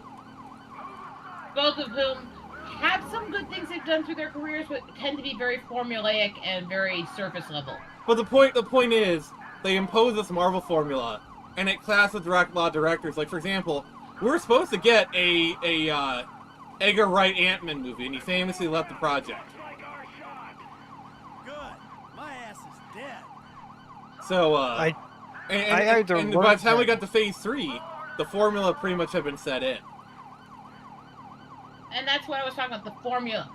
Because when you get to the point where everything has, you can literally predict practically what's going to happen in the movie just by when things have to happen and what's already happened, it gets less enjoyable. No, what they would do is, it got so bad they just hired indie directors, and Marvel had like their action team. So you had the you had the indie directors and thing, and when there was an action scene, the team would be like, okay, we'll take it from here, and then the director would have no say in the action scenes. That's why something like the Eternals, the action scenes felt totally divorced from the regular stuff because essentially two different creative teams. Gee, I don't know, officer. But Rose, Yeah. what are the comments saying? One second, let me finish my statement real quick here so I don't forget. Okay. You also have to realize with that also, just because somebody is considered an indie or art director or producer or stuff does not mean that they actually have more than surface level information. So they create this weird blend where they're trying to act like they're really intellectual on the subject, but it's actually piddly ass shit. They don't really know much anything, and that's where it falls apart because neither side like it. But let's go to the chat here a sec to that. It's Universal that owns Hulk solo movie distribution rights. Yep. The Phase 1 movies were pretty dark aside from Iron Man 2 and the Avengers. I mean, even the first Avenger movie was pretty dark compared to the rest of them. Anyway, continue, please. That's all at that moment, at least. Ah, the lady from before. Yeah. Devin's assistant. Well, I will admit I liked the first 3 phases. I have long forgotten most of the comic book material regarding it, so it was very limited to me. Wow, the whole resume. But Yeah, we got by phase 4, I knew they had lost the plot entirely. Mr. Weston and I will meet you there. So I haven't paid attention. I haven't paid attention to it since the end of phase 3. Yeah.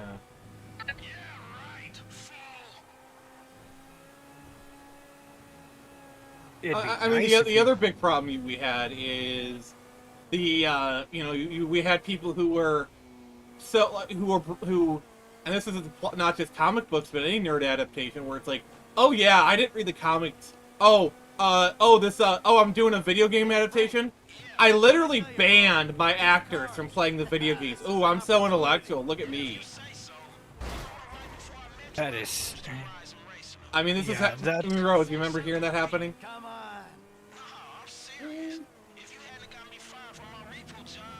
I remember a little bit, but I don't think I was paying that much attention in the moment when that happened.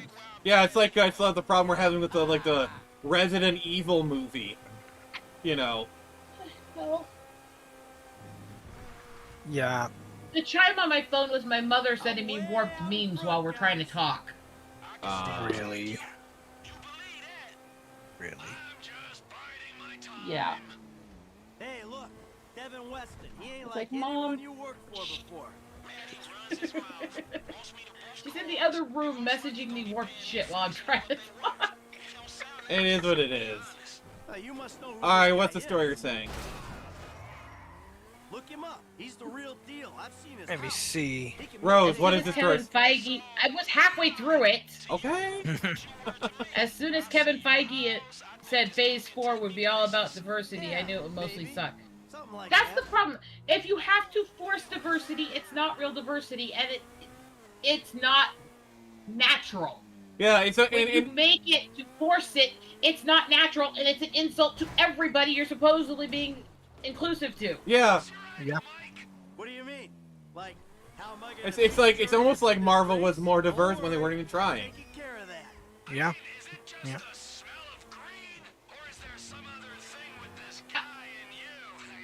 Diversity should not Hey, I'm have just to trying to take do what's best effort. for Frank. You know, No. help him make the best. The only thing I'll say to the matter is there's one lesson my animation teacher taught me, and she was as SJW as you could. We clashed a lot. But there's one thing she told me that I do kind of take to heart. Is when you're creating characters, sometimes you need to ask yourself, do they need to be white? And Yes. and I think that's fair.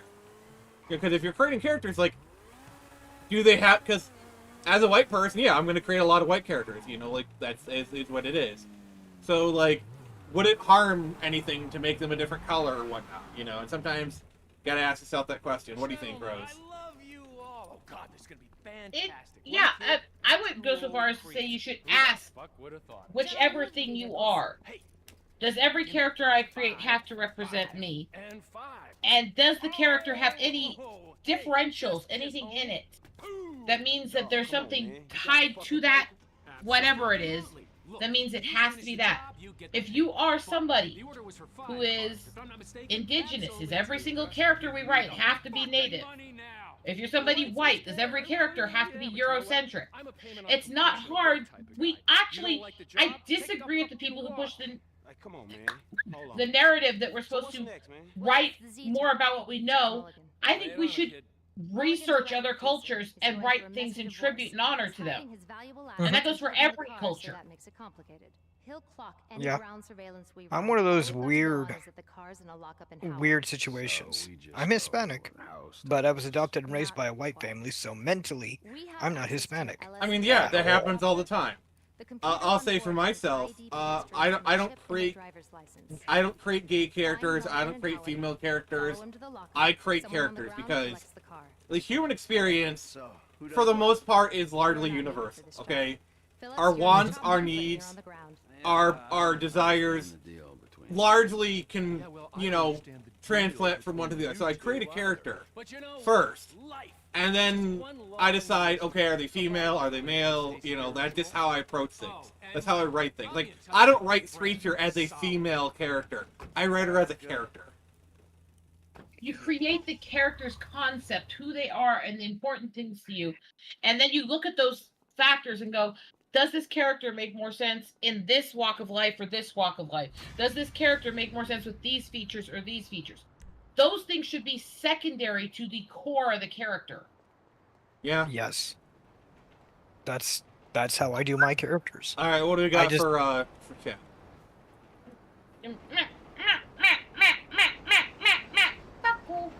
One sec. We have Baku as the Did the crew of the Minecraft movie have a private Minecraft server? Probably. Yeah, probably. I can believe it. Hopefully they kill off Ironheart, Ms. Marvel, Captain Marvel, Otan, Monica Rambeau, and the Hulk, Mark Ruffalo in Secret Wars. I think for a lot of those characters, they're largely like kind of ignoring them. Like, I don't know even why they're bringing back Shang-Chi. Like, why? If they had done the Ms. Marvel and those the way they were originally in the comics, instead of turning them into a black stereotype or racing it for Brie for the other version, it would have made so much more sense and actually been less bigoted. I'm gonna be honest. They were so trying to hit these markers for their communities that they actually bastardized it. I gotta be honest with you. I actually did like Ms. Marvel. The TV show. A lot of that is the actress. She is cute as a button, and I will protect her at all costs. Fair. But yeah, it's largely the actress that carries things. See, when I criticize things, I'm not going after the actors or actresses unless there's something they did specifically wrong. Either their actual acting and how they did it, or how they've treated fans or stuff since. Which is why I hate Brie Larson, because she's a fucking bitch. If you look at the shit she's actually made on her own. I'm just sick and she's done good stuff. Like Kong Skull Island, she's really good in. But I still think she's a plank of wood in everything I've seen her in. But I mean, fair. My problem is, I am so sick and tired that every time there's a controversy, they throw up the "I've been getting death threats, I've been getting harassment," as if the smoke screen, as we're supposed to instantly feel sorry for them. It's supposed to, whatever. Don't they realize everybody gets those online because the online culture is psycho as shit? You would think. I'm sorry. Also, I'm going to have Jason read Quiet Riot's comment for reasons. Wait, you're gonna have to not read it? Yeah, I want Jason to. The current one, the one at the very bottom. Okay, I gotta go change my shorts real quick. They're getting a bit tight, so read it and the cutscene's going. Go. Jason. Okay. I'm reading. I like to ask myself, do I need to make her? Do I need to make her tits huge? And the answer is inevitably a big fat yes. Of course. Devin Weston. Does he want you to You bump wanted me to hear off? me say that? Not at all. He said you were It's just more fun to make a man read that one than me read it. Only assholes retire, Michael. Him and my son, they want to put me out to pasture. I so got they a can fun turn little this place fact into for you. condos or a theme park or something. This place is a dream. No, factory. this is Maybe funny. They have different dreams. Some days. I generally, when I write female Harry Potter characters, gender swapped Harry Potter in fan fictions, I make them as generic as possible, so I don't try to over-sexualize them. However, I'm doing a crossover with Pathfinder 1E, the tabletop role-playing game. So that one, I'm actually going to have her be the largest chest size possible within reason, for the simple fact that it's based on our tabletop RPG, and that's what male players do to their female characters. Just for the lulz of it. Have you guys actually seen how a lot of women create our characters when we're doing RPGs? They're usually like the most buffed out naked men we can create. They look like they just stepped out of like an oil bath and they're all sweaty. I mean, there needs to be a meme of men drawing women, women drawing women. That needs to be a thing. Yeah. And women drawing men and men drawing men, because there's a weird sexualization that happens in all of them. Yeah. I love you already. That's the thing so many people forget. It's not one side that's sexualizing the other. It's both sides sexualizing the other. Who knew? That's People like attractive treat a things. man like man candy. I'm gonna. I mean. And I think This that's is true. And I think that's kind of been.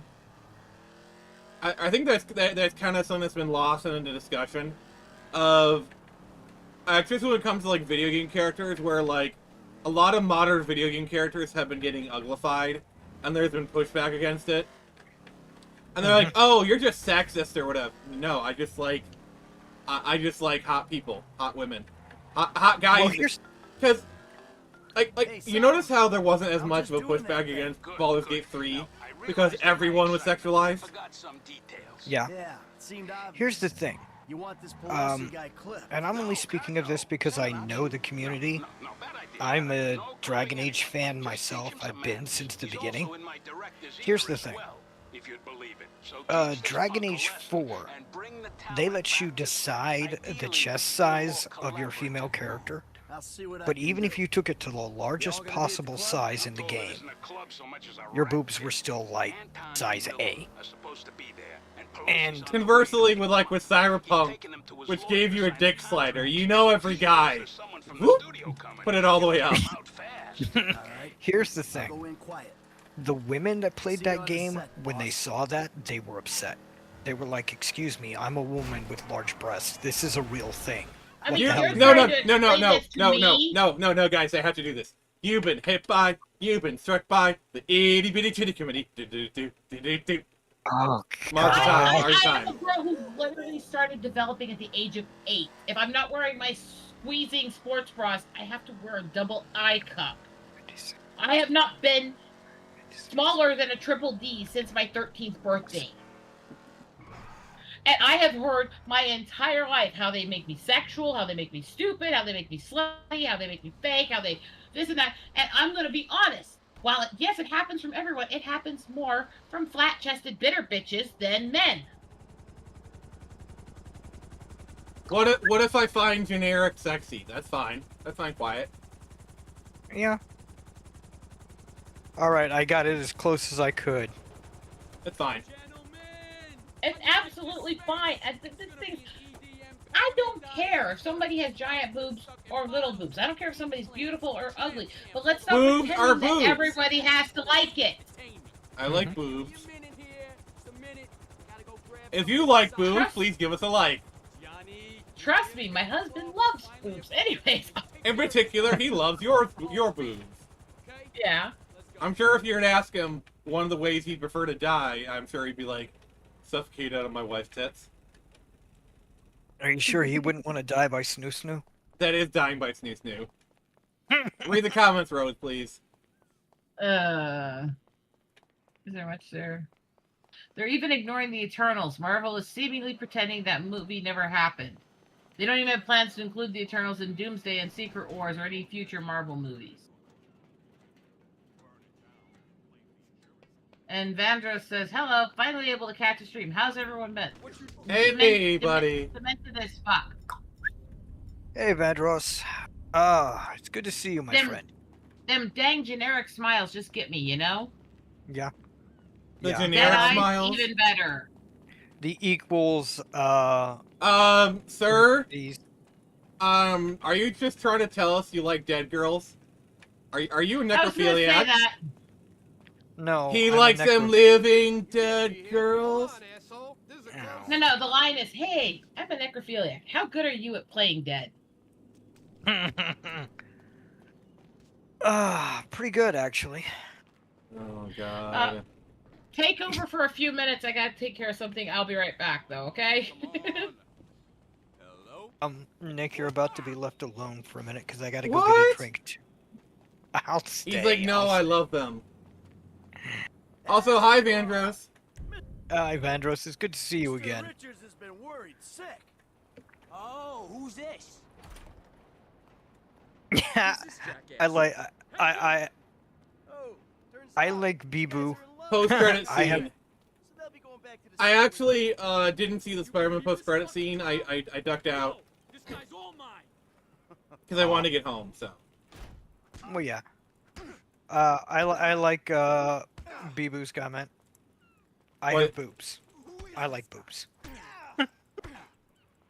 That's fair. That's fair. Yeah, that is fair. All right, spray tan. We're gonna make a new deal. You leave my people alone, and I don't toss you off this roof. Yeah. Okay, sure, man, sure. I'm surprised I haven't seen Hooded. Well, no, wait, Hooded Rave and me have actually shown up earlier. I'm I surprised. was talking about the credits post-credit scene. They kind of acknowledged it for Captain America movie where, oh, that giant hand is made of adamantium or whatever. But haven't seen Spider-Man yet. Is it good? Go ahead. I haven't seen it. I was going to say, according to you, it is good. That's all I was going to say. Yeah. Because I Hello, haven't it's seen good it. to be back. Yes.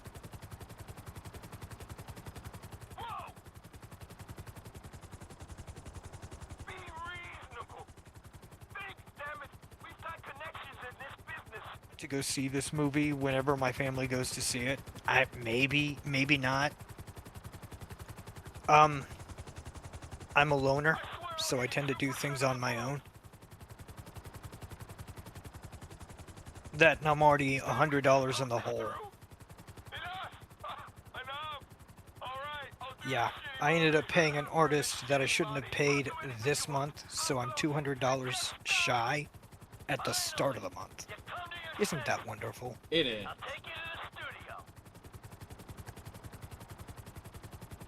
But yeah, we missed you, Bandross, buddy. Alright, all the way... at 10 likes, I'm gonna be, if you give me the 10 likes, I'll show you my writing folder. Show you all the stuff that I've written so far that you haven't seen yet. Yeah. I'll be here Saturdays and Sundays, sadly, probably not the other days for a month. I mean... Alright. That's better than nothing, so... Yeah, that's better than nothing. You've got a life to live. Live that life, man. Yeah. Trust me. I've thrown away my life. Live your life. Live your life. I don't know if this has been asked, but how's GTA 5? This is one of my top 5 favorite games of all time. I played GTA 5 for a whopping hour and a half, maybe. I forget exactly how long I played it. For what I remember playing it, it's alright. I know I played the multiplayer version of this more than once, and it's okay. It's not bad. It's not great to me, but... It says 10 on my end. Oh, okay. So, yeah. At the end of the stream, I'll show my writing folder then. Thank you, guys. Yeah. All right. Cool. Cool. Let me hit refresh. Let me see what it says. I will confirm. It actually says 12 on my end, so Oh, you're there. wow. Boom. So, yeah, we're doing it. God, this is... I don't like this. I have to land this helicopter. Here's how you land the helicopter, Nick. You point the nose at the ground and just go straight down. That's landing it, technically. Too bad, not enough. Alright, we did it. The Blade reboot is the new GTA 6 meme. I mean, at least GTA 6 is coming out. We know Blade is not. Oh, Blade is done. Didn't the actor who was supposed to play him leave the project? Yeah. Dude, I suck at flying helicopters, yeah. I say as long as you're alive, you haven't wasted your life. There's no better time to do anything with the present. Yeah. Yeah, fair enough, fair enough.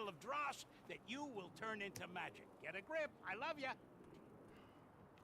So Solomon, Milton here has a little something he wants to say. One of the later missions so highly praised by the voice actors, and it's amazing. Which one? I just want to say that I'm sorry for any misunderstanding, sir. And I was good at flying the copter driving, not much else. all the opportunities that you've given me. Of course, of course. Michael, what can I say? You're a natural. I love you. You're too kind. No, I mean it. I don't mean to presume. But would it be okay if I gave you a shout? This shoot seems cursed for some reason or another.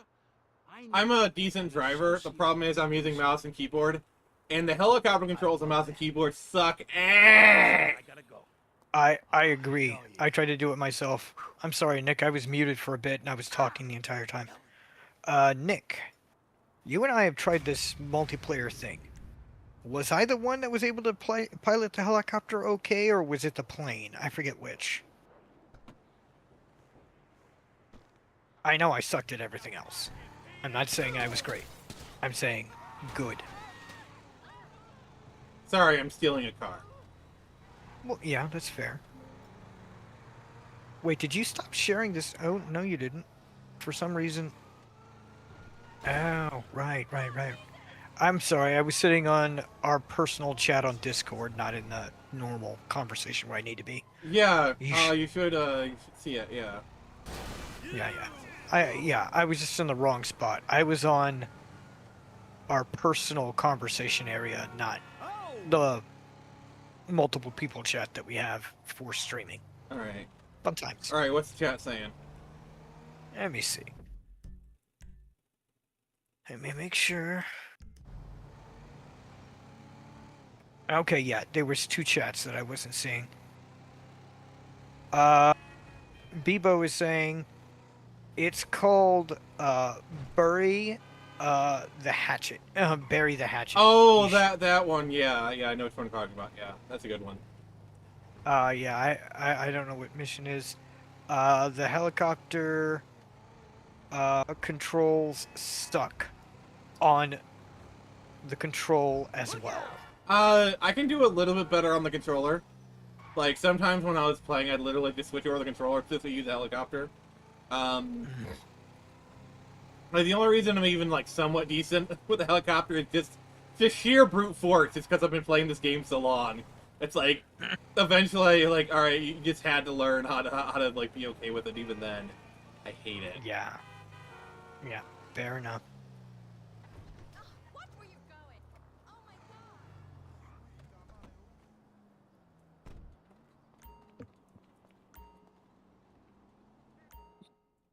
I'm still annoyed with myself that I've been screaming for the past month and a half during our streams. That's why I've been so damn loud, and I never knew it. Gotcha. So, hence why I sound so low, because I'm actually talking in lower volume now. Really? I might actually have to up the volume count in Discord. Oh, that is bullshit! No, Jason. Jason, you're not paying attention. I had this car, this really rare car. I bought the garage, and it disappeared on me. I am Oh, then- mad. Oh my god.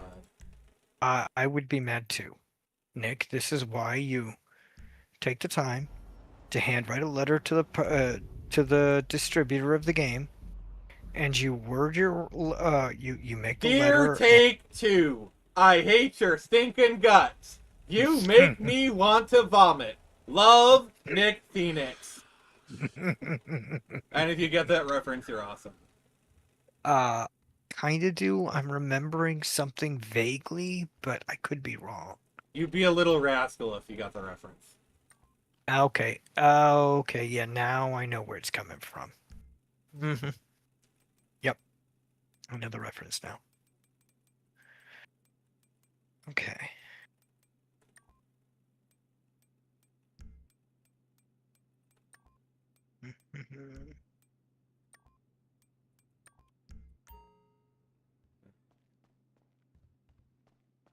Okay. Okay. Okay, Nick. If my volume is fine and it doesn't sound like I'm screaming at the top of my lungs to you and you're going deaf, then we're good. My input volume is maxed out now, so it all depends on you. You sound good to me. Chat, what do you guys think? Yeah. Because for some reason, for the past month and a half or however long, I've been screaming the entire time and I never knew. Alright, To be fair, your volume is the least of my concerns, if you know what I mean. Well, yeah.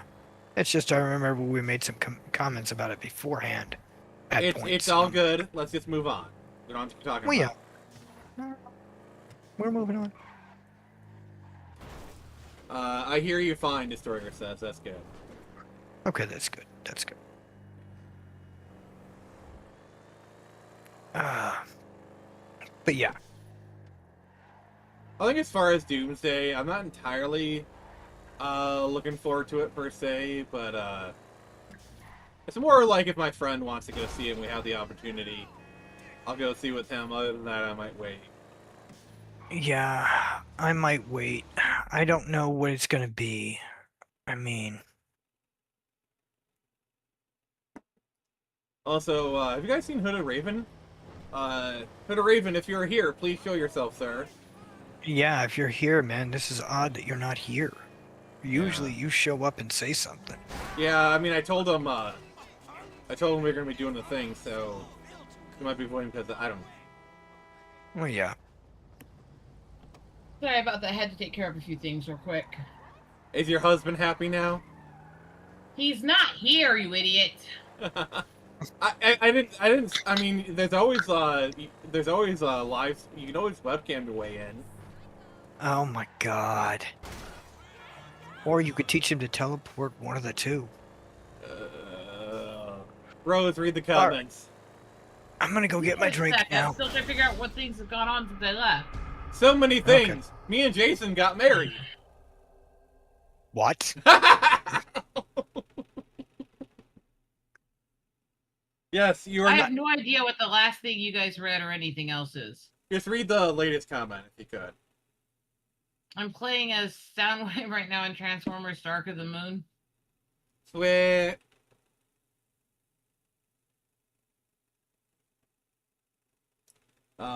It only took me 2 weeks to learn to teleport. Wow. That's actually that you know, most people it takes them 2 years or 2 decades. So you're definitely ahead of the curve, sir.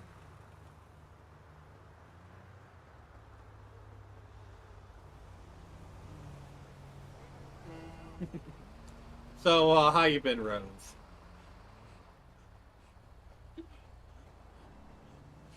Really frustrated. Yeah, it'll happen when your husband's not around.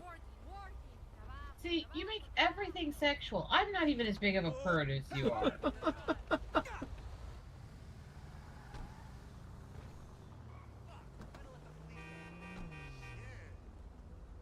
And that's saying something if you know me that well. Okay, do you want me to tone it down? Yeah, I'm fine. I'm just giving you shit. As you should. I give everybody shit. It's fun. I mean, I get it. You're into that kind of thing. What's Astoria saying? You're an idiot. I mean, I'm your idiot, my friend. it's I love how stoic Soundwave is. Isaac C. Singleton Jr. voiced him in the game. He's a black actor. He was one of the pirates in one of the Pirates of the Caribbean movies.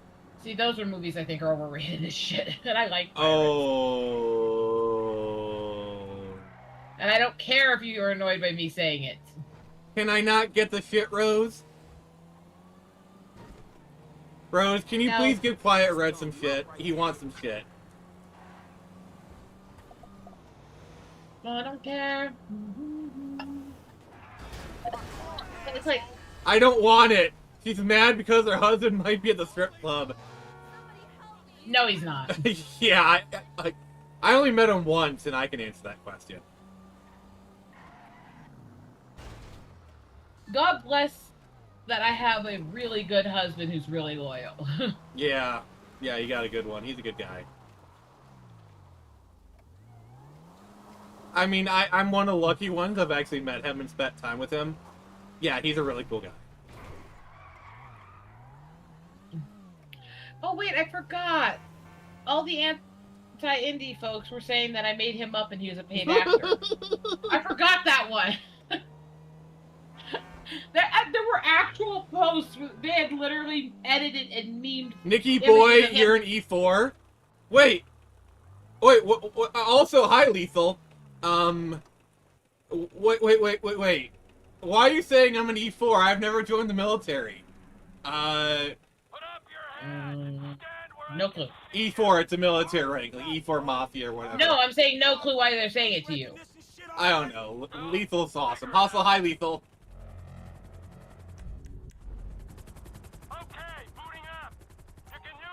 But yeah, it's like... God love, I'm so grateful that I have him considering all my issues. Yeah.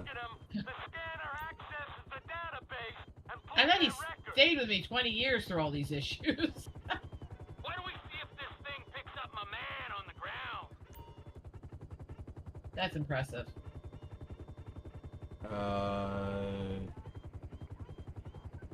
Oh, okay.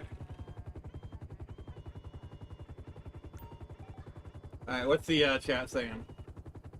One sec.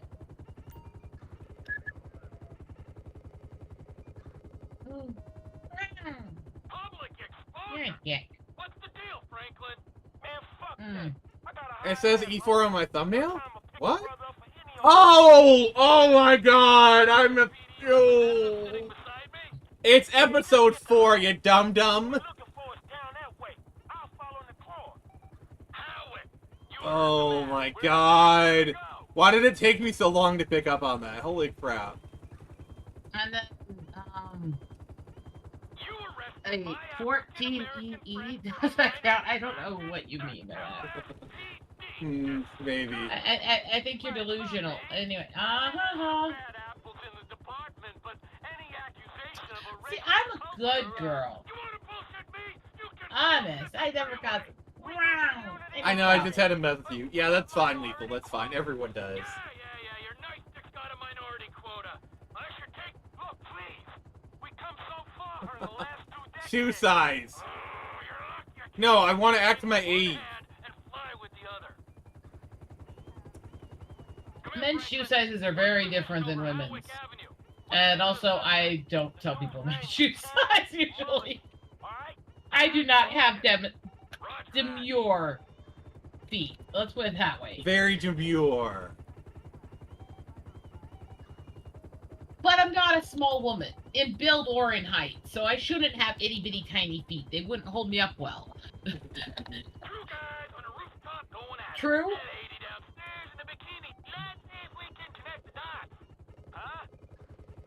You know what they say about guys with big feet? They're clowns. That their name is Sideshow Bob.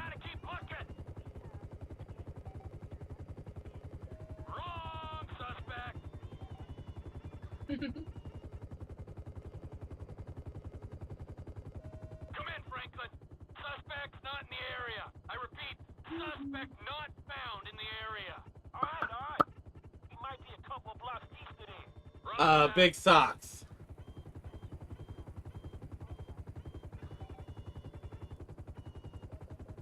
Sure there, precious. Sure. Unlike you, who isn't. I mean... Wait, what? Sorry, cheap shot. Yeah. What about Nick becoming the itty bitty titty committee? I'm sorry. No, I deny those accusations. I like big boobs, and I will not lie.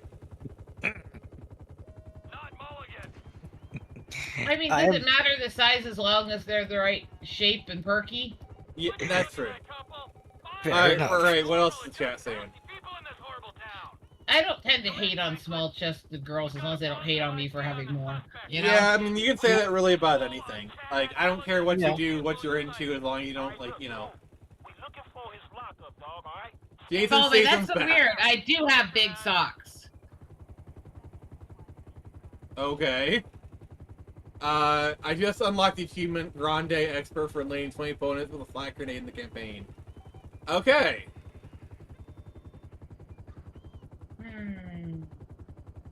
Oh, gosh. What is Jason Statham back for? I'm lost. Okay, JJ. You're a slut.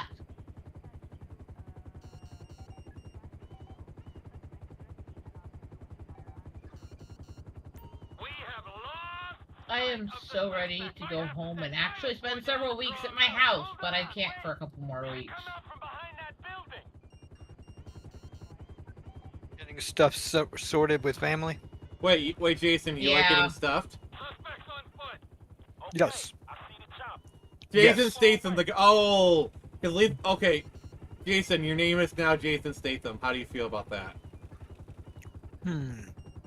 Well, he's getting stuff from behind, so I think that's the least of his worries. I mean...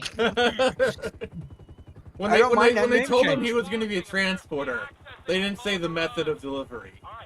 They didn't tell him how he'd be receiving the goods. Exactly.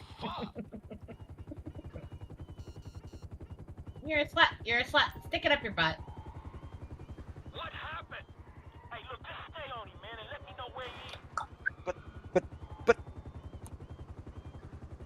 Sorry for the delay. I'm eating a, God damn it. Stop stuffing the Jason. I'm not doing that. Rose is.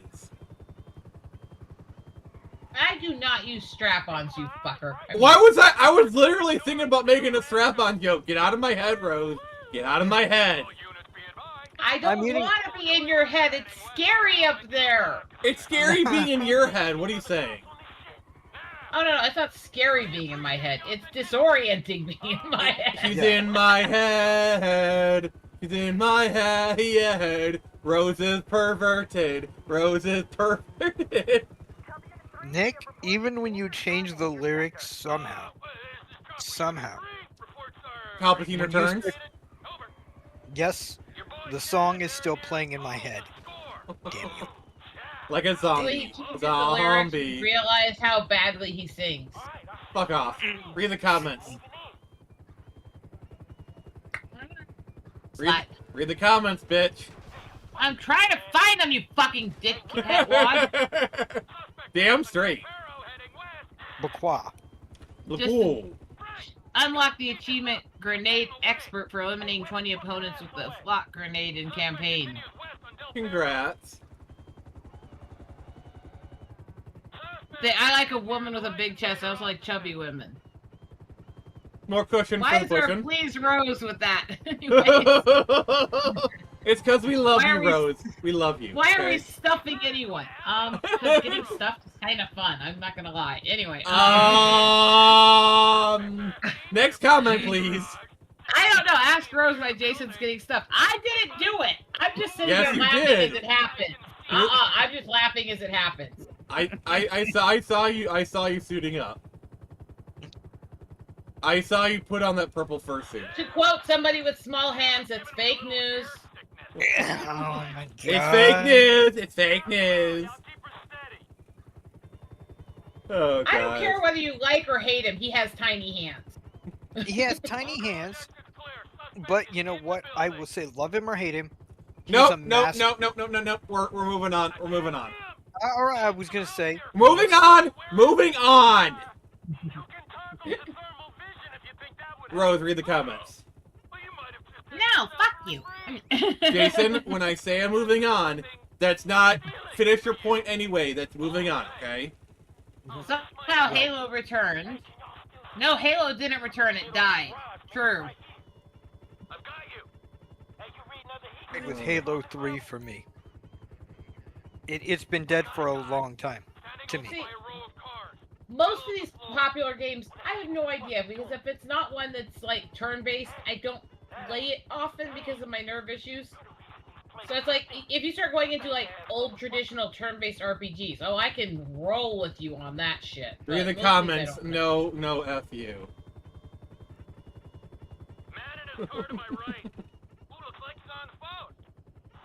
What the hell? To those who are new to the chat, part of why I always have trouble communicating with everybody in the community is because apparently I have long-standing suppressed Tourette's issues, which when I got hit by lightning a few years ago got a lot worse.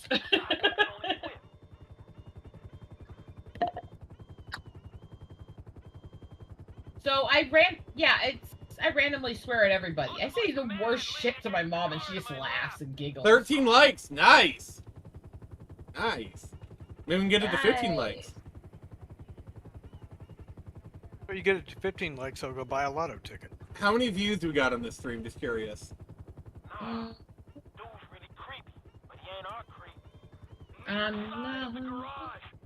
Did the lighting turn your hair white? I don't think so.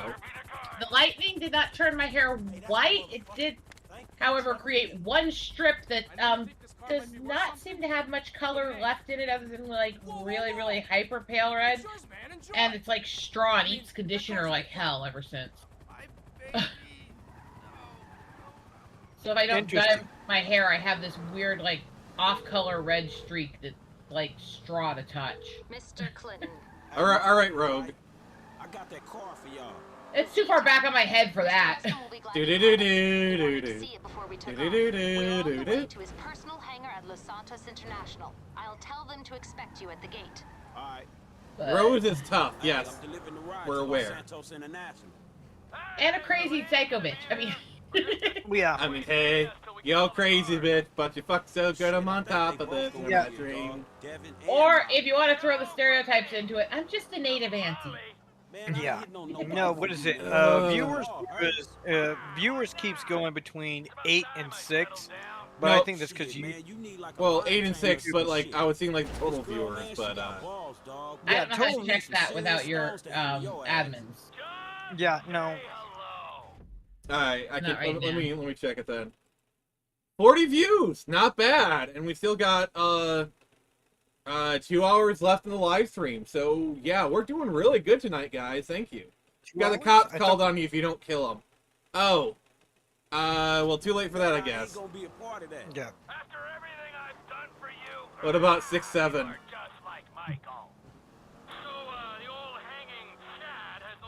Again, that's fake news. I mean. Oh my gosh. One of these days, these guys are gonna just go scream at me. No, they're not. I mean, yeah, probably. Now I know which one will, based on the evidences there. I have accepted my fate. Eventually, you'll be sitting there going, "Shut the fuck up, you crazy bitch!" I mean, we can get it out of the way right now if you want. Do you want to know what I'll say back? Let's find out. Shut the fuck up, you bitch! And that his mic cut out on him. I think it did.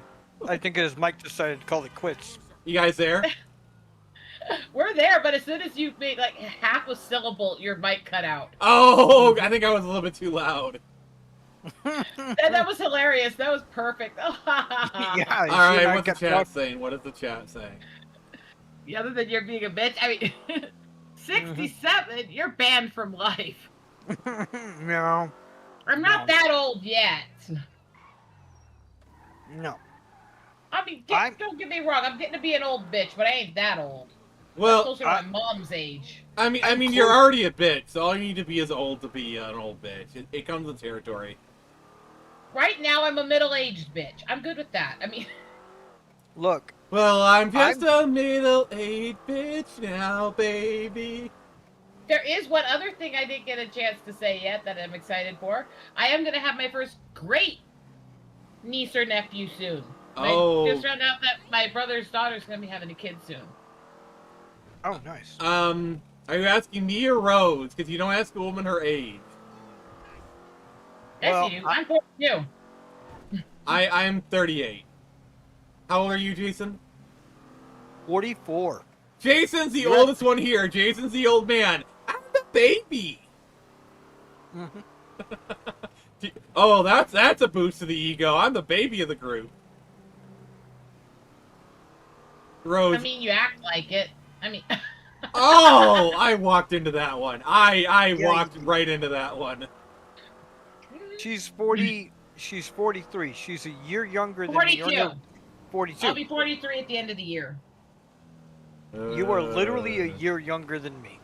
42. She's a year younger than me. Rose, how does it feel to be the middle child of the group? I mean, I grew up the youngest, so I can be the middle for once. Yeah. Hey, I'm I'm one of the youngest of my entire go watch generation yourself of the family. again. It's only in your head you feel messed out. Just take some time, little... Let me put it to you this way, B. I am the answer to everything, according to Hitchhiker's Guide. Alright, keep reading the comments. You know, if this beauty was a woman, I'd have to break my 20 and under rule. So, says you are not 38, Nikki. Yes, he is. Shit, like Jason, there's no way in hell you're 40. Yeah, born 1982 in February. Van says you're 1 year older than I am, Nick. Oh, okay. Yeah, I mean, I'm very blessed with looking young, so... Nice. Hey, you know something? You're not like those snowbird retiree. I mean, I know it's stereotypical for people in the millennial generation to say they look younger than their age, but if I still go to the store and get carded to buy fucking Benadryl, obviously I don't look 42. I mean, they're just trying to buddy you up. It's a well-known fact that younger guys will card obviously looking older women to make them as a compliment thing. First of all, there aren't that many male cashiers where I live. And you're just standing there soaking up major radiation. Still, I'm mind blown by the ages of Nick and Jason Statham. Well, to be fair, you've never gazed upon the face of Jason. We're doing that next Friday. Wait. So my age is expected to be old. Okay, I get it. Rose, a little softer, please. You're yelling. It really wasn't, so I wonder if the mic picked up harder because I moved to get my drink. You're saying the mic was going harder? Shut up. Because my voice actually didn't raise, but I did bend to get my drink, which is over by the mic. Honestly, I would guess late 20s. Yeah, I've kind of looked 10 years younger than I have for like a long time, so it's one of the benefits of hardly ever going outside, honestly. Well, no, see, that's me. Until I started getting gray hair, you would swear I'm 10 years younger than I actually am. But now that I'm getting gray hair... I was gray at 20. I was gray at 23. I got my first gray hairs when I was still a kid. I'm not even going to fucking touch that. Yes, a large portion of my hair color is from a bottle, but it's not because it's not my real color. What else is the chat saying? No vitamin D. Dang, y'all were around when the internet didn't exist. How'd you get by? I grew up in the fucking boondocks out in the res culture and third world shit. This all is weird to me. I grew up, we didn't get internet in my house till I was, 10, so about 97, I think, this is when we got internet. That's about the time we got internet at my grandparents' house and my house. But aside from surviving the 80s and early 90s, it was alright. We entertained ourselves by riding bikes, throwing ourselves off cliffs, you know? Normal stuff. What? Yeah. You didn't know that that's what, growing up the 80s, early 90s was, I'm 19 and I swear I have gray hairs. Can I join the res? I'm 50% Comanche, Texas. Even that little bit makes me crazy. That's hard to. Well, if res itself, you don't have to be native to live on the res. But if you talk about joining the tribes, that is entirely based on how much you can prove of the family lineage and the rules on that tribe. Yeah. Yeah. I know that I have a bit of Cherokee in me. Like, one of my relatives is pure Cherokee. I don't know how much, though. Yeah, mine's a bit messed up. Because I'm Hispanic, here's the thing.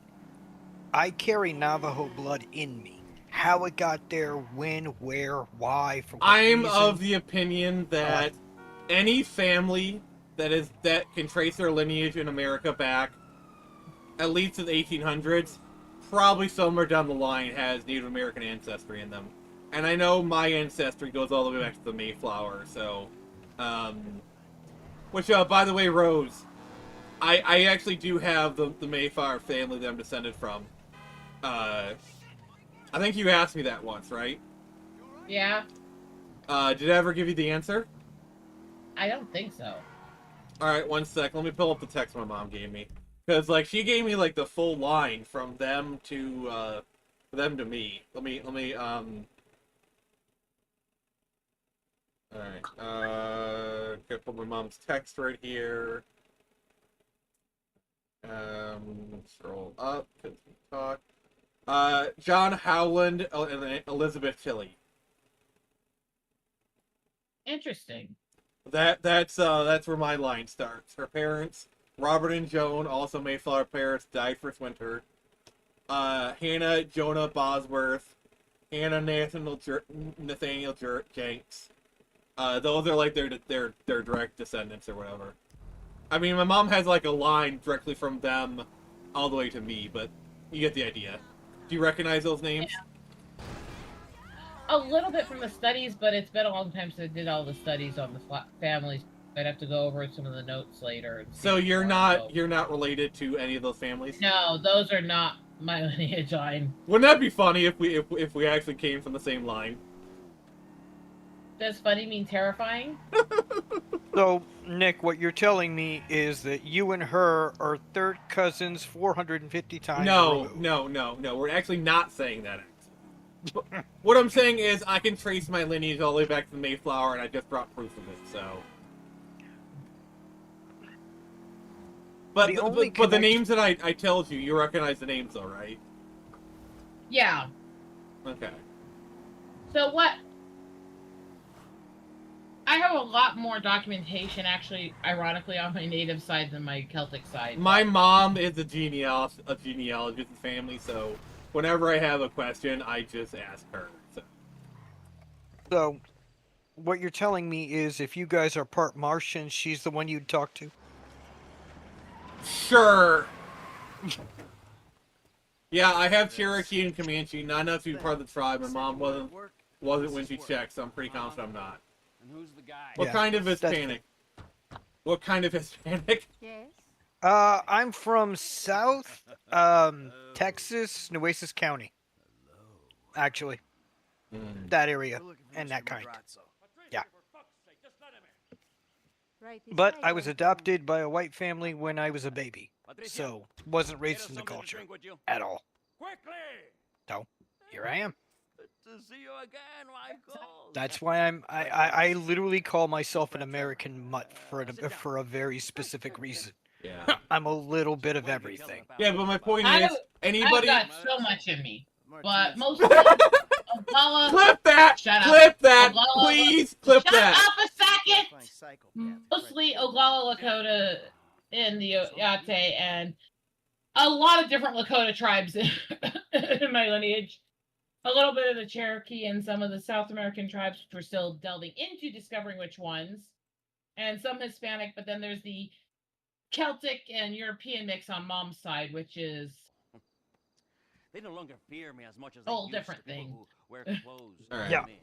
All right, Nick. What did you want me to clip? What's the title of it you want me to put? No, that You're was... a douche canoe. Apparently, he's thinking of Rose, what's the testifying comments? against me. Uh, So one have him second. killed. I'm going to. By you. Also, I Our live debt was 40 settled. or so miles from Easy the Warm favor. Springs Reservation, and We're it's on friends. fire right now. But We have a let's face bigger it, fire we burning there right now. hello? A big Oh, smoke man. cloud rose What's up the deal? behind Mount Hood the This other is day. him. And then gonna lurk now. Javier. Gotta make some food. Friggin' hungry. Yeah. Yeah. Ugh. Yeah. That'll be me after the stream, honestly. The fires have hit the reses Let's really stay in hard, touch both on the headset. U.S. and Canada this year. And I believe it. Oh yeah, I mean, like, trust me, like, I caught some of that smoke. The smoke from the wildfire, Canada wildfires was hitting Michigan pretty bad. yeah, one of the reservations north of Toronto actually burned down. Oh.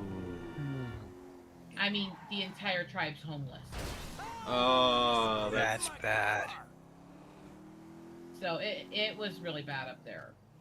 Yeah. They all got out, but it was a very rural res with very little access points. So they literally had to get out on boats, and they lost everything. Oh, that reminds me, what we're doing here. So Jason, remember how when you're watching Transformers, Yeah. Okay, well, I ain't at the observatory yet. you remember when the Transformers arrived on Earth and they went to like that observatory place? Yeah. I want you to have that he's a image in your terrifying head psycho and that you as might we, have that in you know. common? What is it? We gotta work for it. As you come up to this point, okay, I'm watching you on. Yeah, I'll let you know. What are you what's okay? So. Yeah, I'm so caught up. Unless I don't.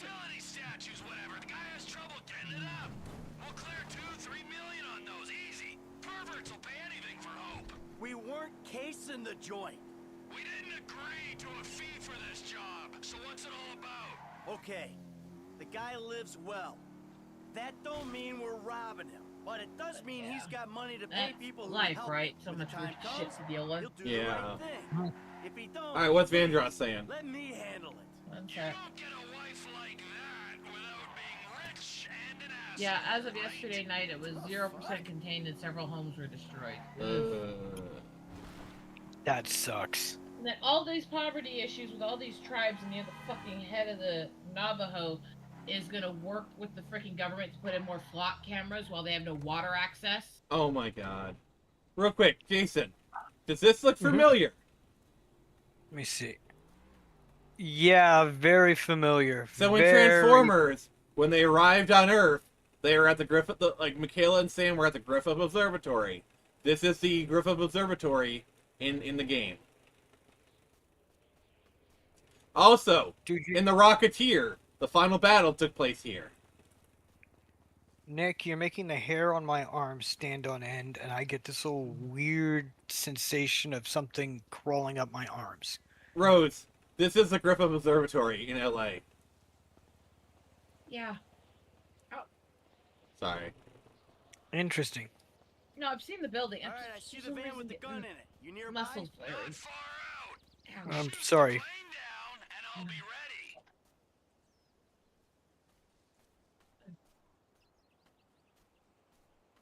One sec. All right. So you have a cannon? T.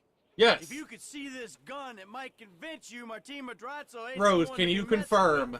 Do bitches love cannons? Keep looking for it. There it is. Oh. Out past downtown. The jet's moving. Gotta give a lead.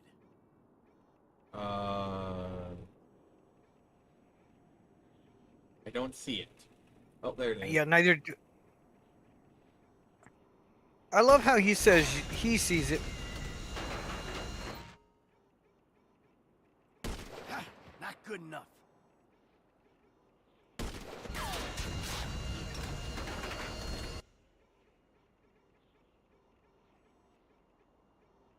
Give me a second.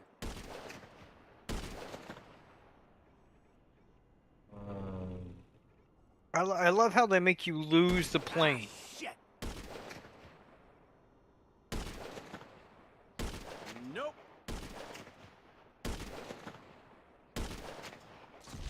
Oh, come on! The plane got too close to the airport.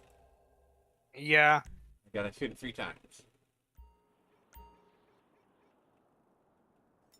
There we go. I got her. Southwest of the city. Gotta shoot in front to compensate for the speed of the jet. Oh, there we go. Got 1.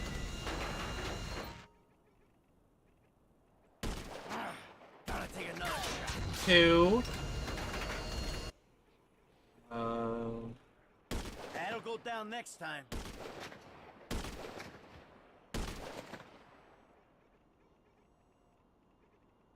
That didn't do it. You're too far ahead, Nick. Oh, god damn it. There we go! We did it! Okay. Yeah, I was like, Nick, you're shooting way too far ahead. Plane's coming down. Can you stay with it? Did I really have to come back to hear what Nick is shooting? I don't want to know that. He's shooting something really high up. No. I mean, at least I'm not shooting blanks. Are you sure about that? God. Rose, I've told you stuff that I haven't told many other people. You know more than other people. I am not shooting blanks. I've told you very private stuff. Wait, am I supposed to not torture you? No, you're supposed to torture me, but you know better than some people. Oh, get over it. You know what I'm referring to, right? Yes, now shut up. Good. You're killing me. Stop it. I'm trying not to laugh. I'm trying not well, to if Don't look at Nick. because if you knew what I was referring to, you would not be laughing. I'm just saying that. I know what you're referring to. I don't know if you do, because I don't think I don't know if we were friends then. Oh, okay. No, I'm thinking the most generic things possible, but even that's funny to me. Okay. Alright. We'll just. Alright. I'm gonna type it in the group chat because, just don't, you know, Oh God. Oh my God! I put something. This is gonna be some dark shit, guys. I'm just letting you know, and don't repeat it. Well, yeah, that's fine. Fucking I get. Like, I'm actually serious. That wasn't an invitation. You're good, Nick. I'm not gonna say anything. God, my neck is killing me right now.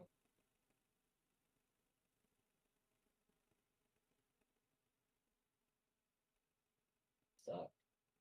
Alright, it's in stream chat. Alright, I'm gonna head out. Gotta do stuff. Alright, Bebo, you take care. Yeah, take care, Bebo. Yeah, Nick. Yeah, I remember you saying that. Yeah. Okay. Yeah. I'm not gonna talk about that. No. Yeah. That I'm not talking about. Rose, I definitely remember talking to you about it. I know. Yeah, I'm not gonna say it publicly, but yeah.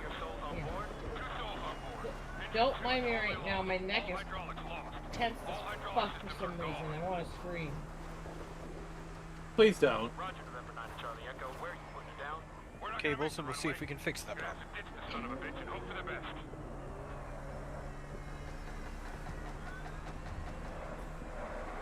I hate neurological and neuromuscular issues. I hate them. No, Well, you don't that's hate your my- husband. You hate me. That's a Well- whole different issue than I was talking about. Yeah, no, you would hate everything about my condition. Because it is... I mean, I hate everything about you. Oh, God. Also, what song is he gonna pull? Oh, that one. No, that's what cerebral palsy is. It's muscular... Basically, your brain... My brain is screwed. I know what it is. Yeah. What is Okay. it? It means he's got a lot more pain to deal with than just listening to your dumbass. Yeah.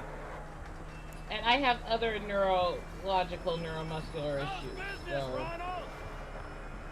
Oh, I don't doubt it. I feel you on that. By the way, I do want to say that new Spider-Man movie. This isn't really a spoiler. There's a lot of slow-mo in that movie. To the point where, like, did Zack Snyder shadow direct this movie? Possible. So what you're saying is you had a lot of time to zap in the audience. I mean, Sadie Sink was part of the cast, so what was I supposed to do?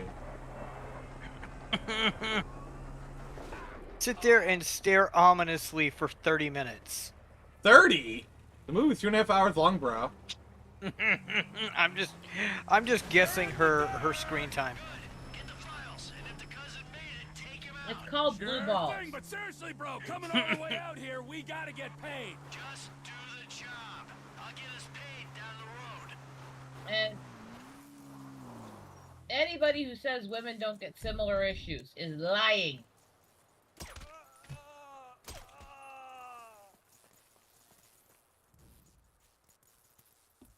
How would it compare to the other Spider-Man movies? Of the Tom Holland movies, this is probably the best. Compared to the other Spider-Man movies, it's one of the better ones. Fine, just fine. I got the files. I'll take them to Madrazo.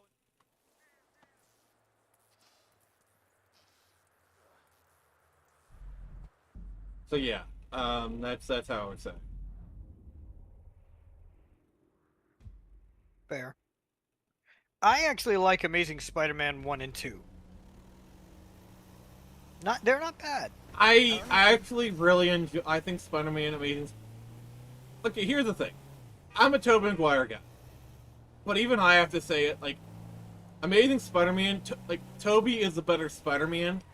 But I think Amazing Spider-Man is a better Spider-Man movie. Yes. I agree with that. I think Amazing Spider-Man 2 is fine.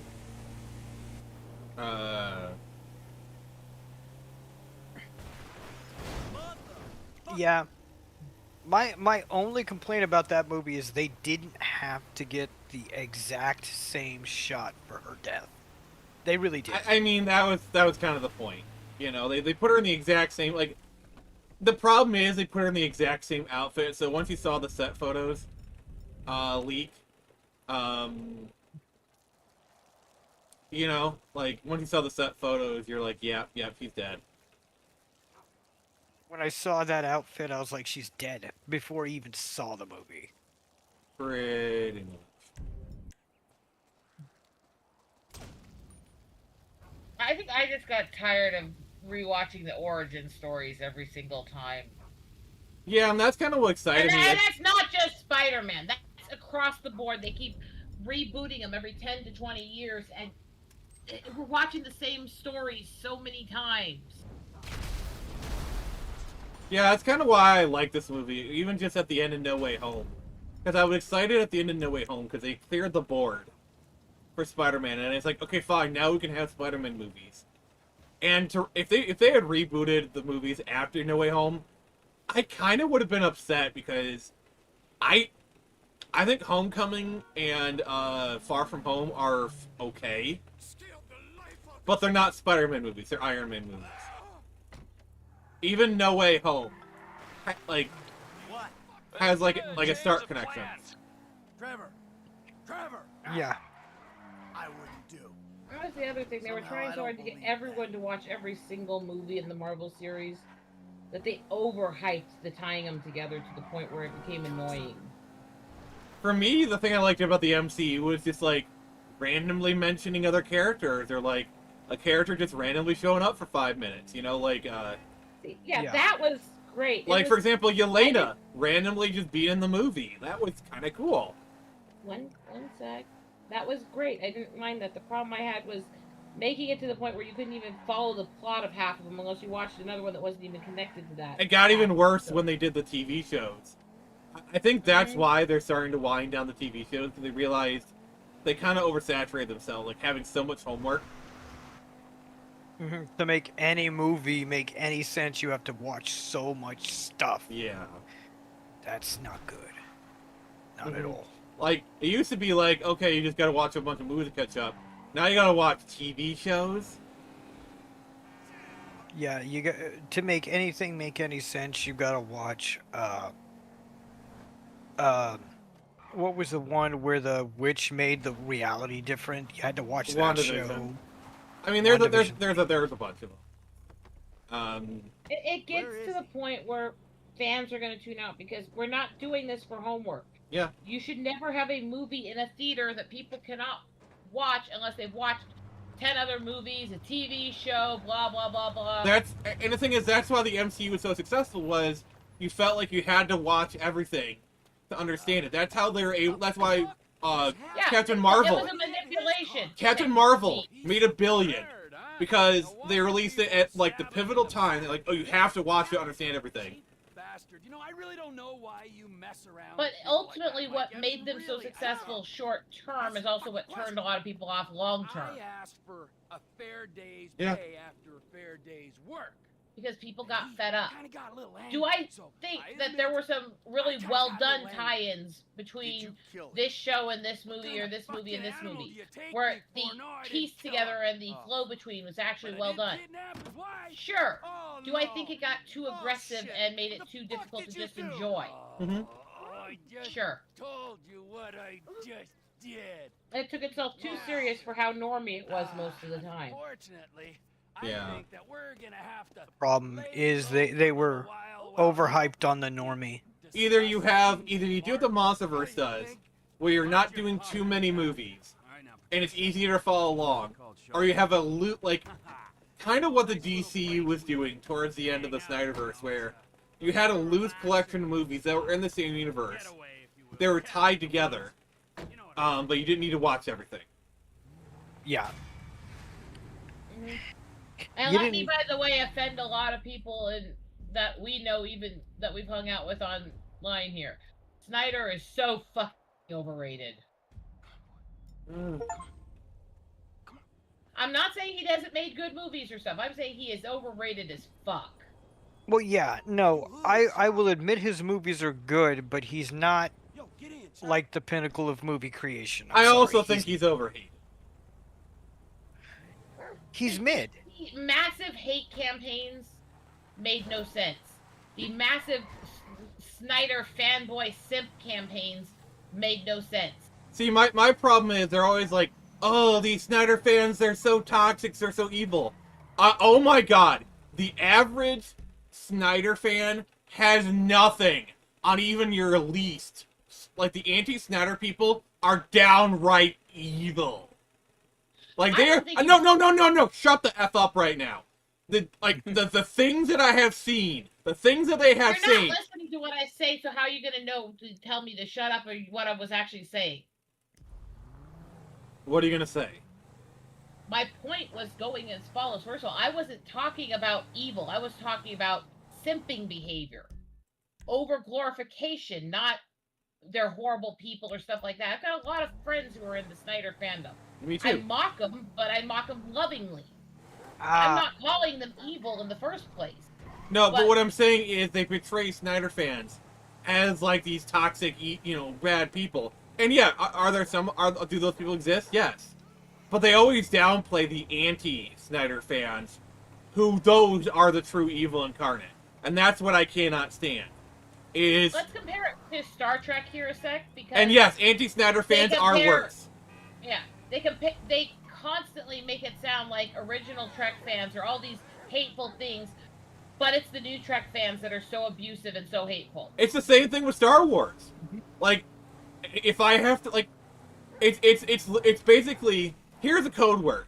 When the company says, oh, nobody hates Star Wars more than Star Wars fans, or when there's this giant campaign to delegitimize old Star Wars fans, here's what the translation is. Oh, old Star Wars fans aren't swallowing our slop. Here, let's push them away, or whatever. Translation is, we completely sabotaged everything this franchise ever was, changed its core and betrayed the fans, and now we don't like that they don't like us. Yeah, and the thing is, now we're starting to see the chickens come home to roost, because in the 2010s, there was a massive push to take all these nerdy properties, push all the old fans out, and they wanted like this new whatever audience. I'm not going to say woke because I think that word's played out. But they wanted a new audience, and largely that new audience didn't show up. It was the geek chic movement. They wanted to really mainstream geek culture into a certain part of society, both popular crowds and political movements, and it never succeeded. You could get in wardrobe and They never managed to make it mainstream, no matter how much they tried. And do I think that the geeks who celebrated at the beginning that they were being treated like they had more respect than it turned out to be in the long run?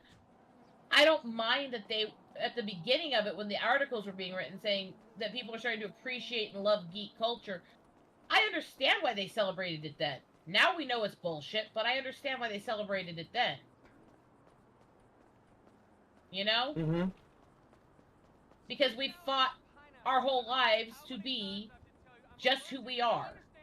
And then you have all these popular kids going, well, I like this stuff now because it's popular. But that only panned out for a couple of years, and then it was no longer their trend, and they got bored with it. Yeah. That's why I don't pay attention to trends, because trends last, what, 2 years at best? If you ever like something for a trend, you will betray yourself in the end. Yep, pretty much. I'm trying to find wardrobe right now. Where the heck is wardrobe? Right there. I guess the biggest thing that irritates me in every side of every debate is the simping culture where they will not criticize their own.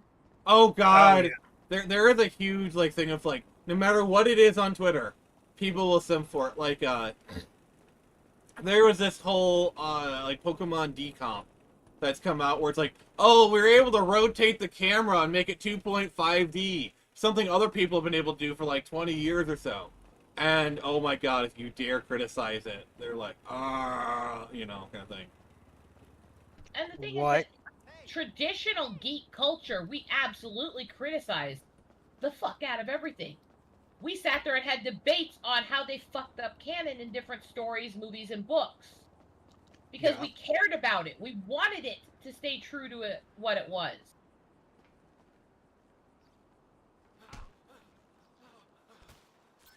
That's geek culture.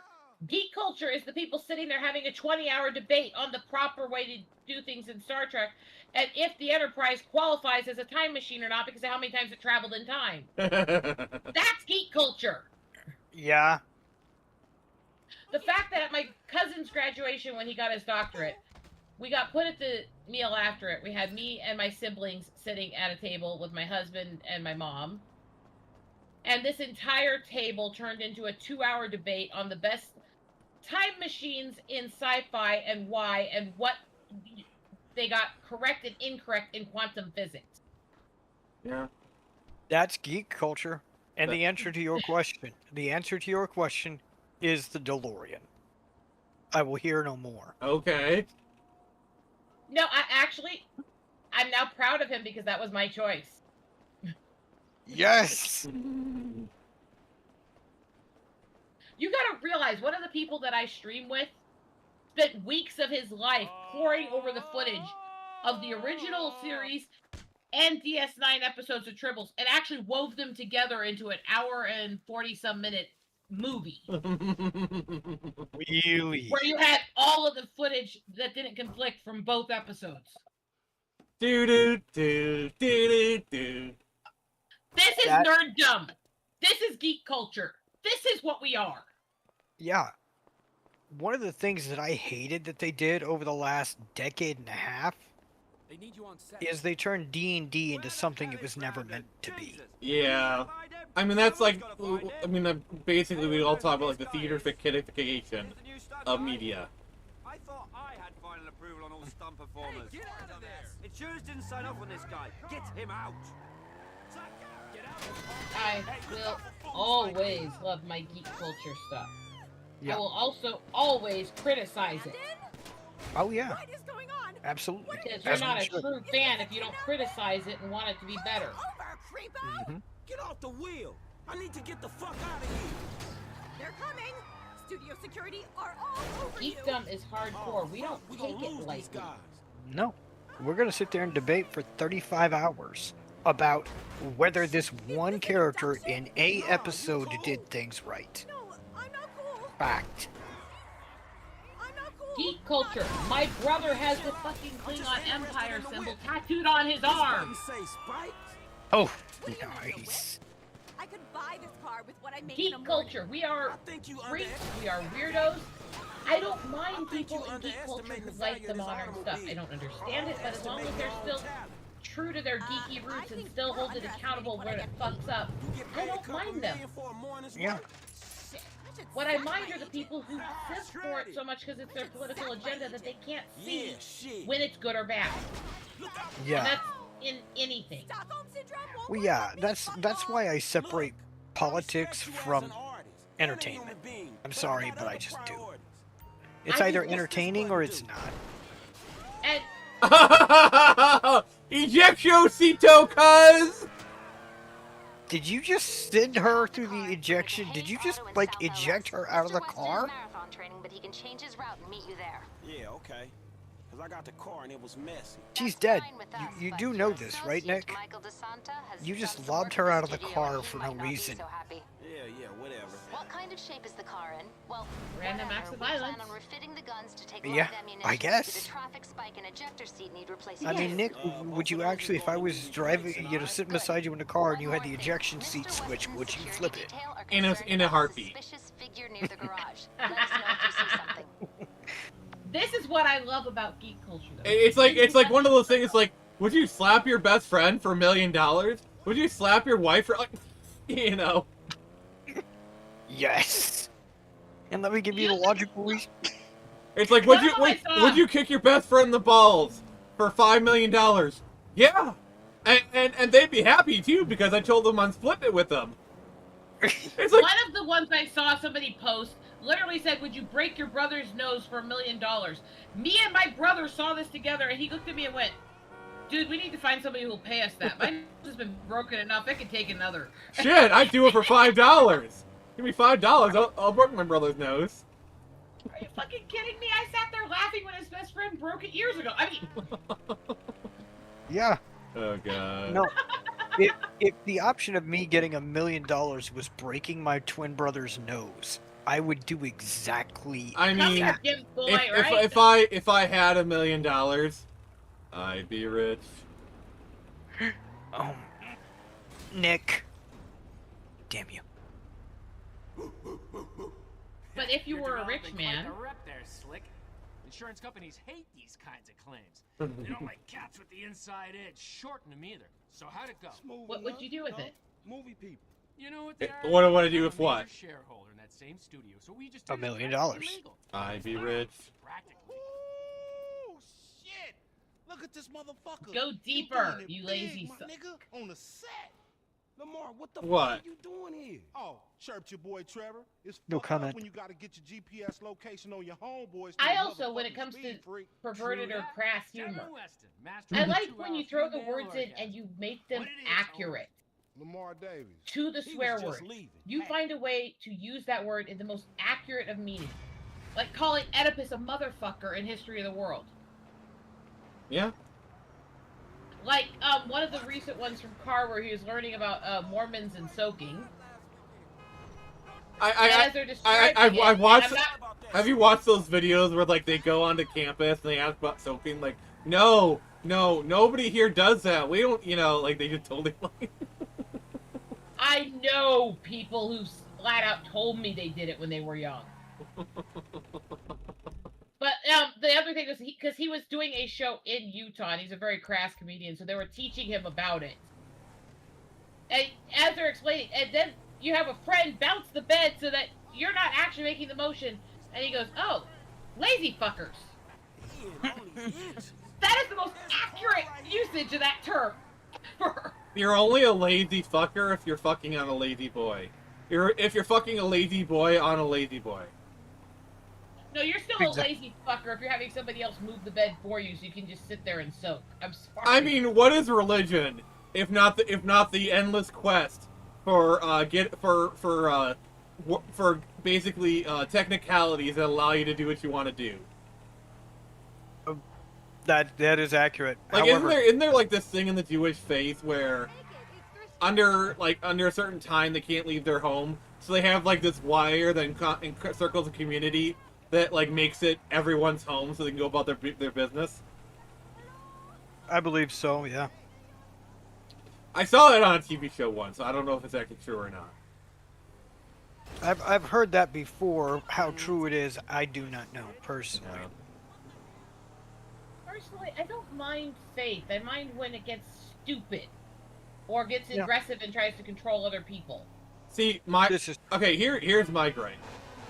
So I've said this before. I don't really talk about that much, but I do consider myself a Christian. All right. Mm-hmm. My problem is I don't like organized religion because so many of these churches are just country clubs, essentially. Country clubs are money grabs.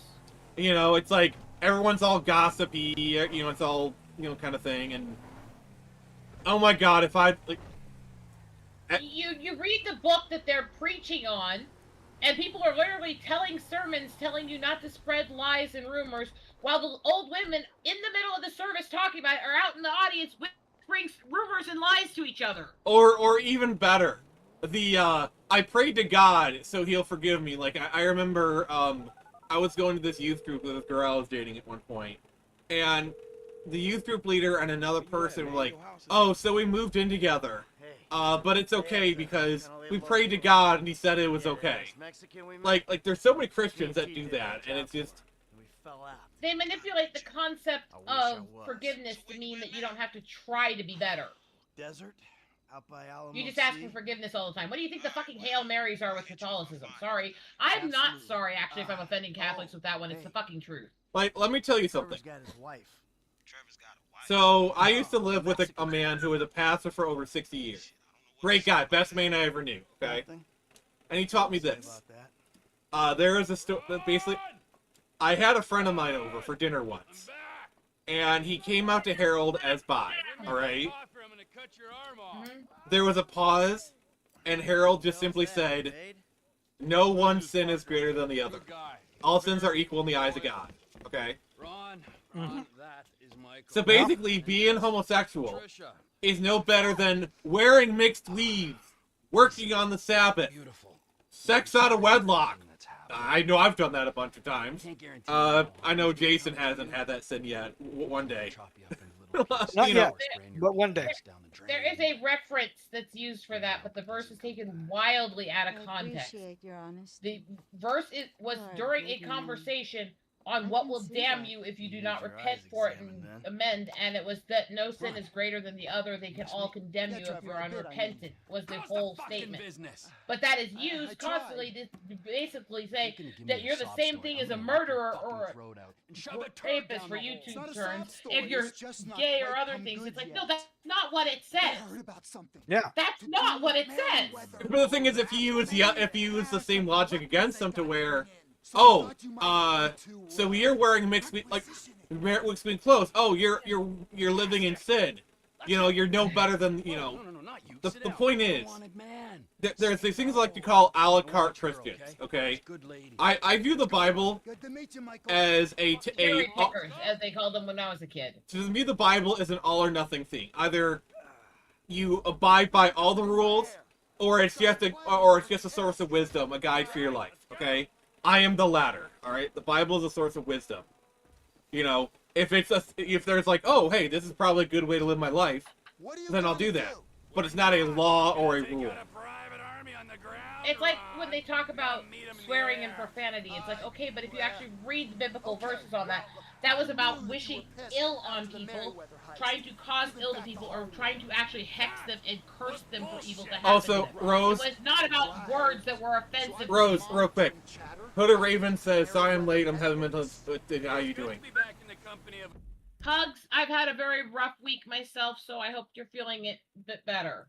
Hooded Raven, what's going on? If you want to share anything, we've already done our spoiler discussion for Spider-Man, so you don't have to worry about that.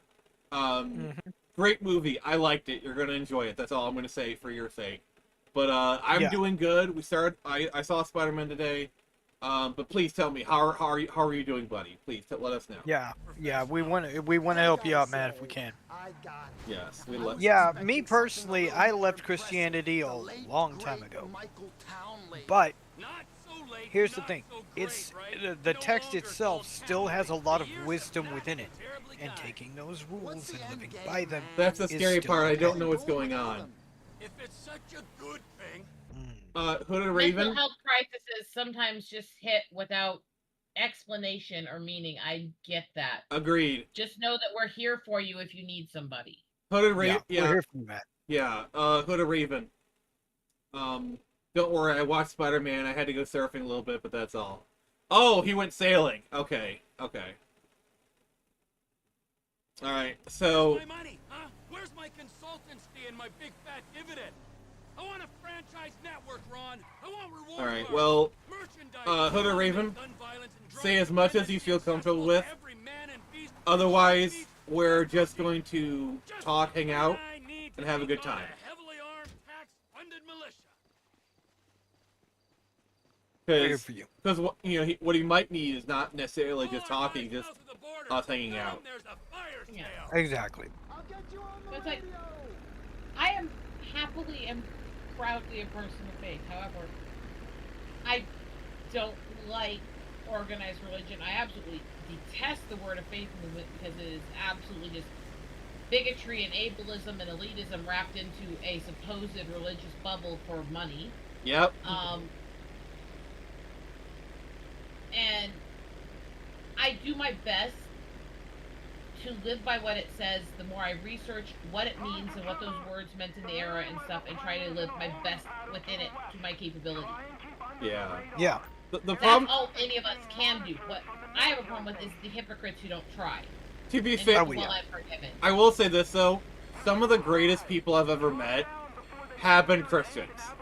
So it's most definitely a not all situation. Yeah. When I criticize the faith or certain actions, I'm not criticizing. Okay, when I said I have issues with Catholicism, I have very close friends in my life who are actual priests. I disagree vehemently with them and their beliefs, but I respect them as people. Yeah. And I don't think that they're evil because they're following something that I believe is anti-biblical in some of its tenets. Yeah, it's the same thing. Like, adults disagree.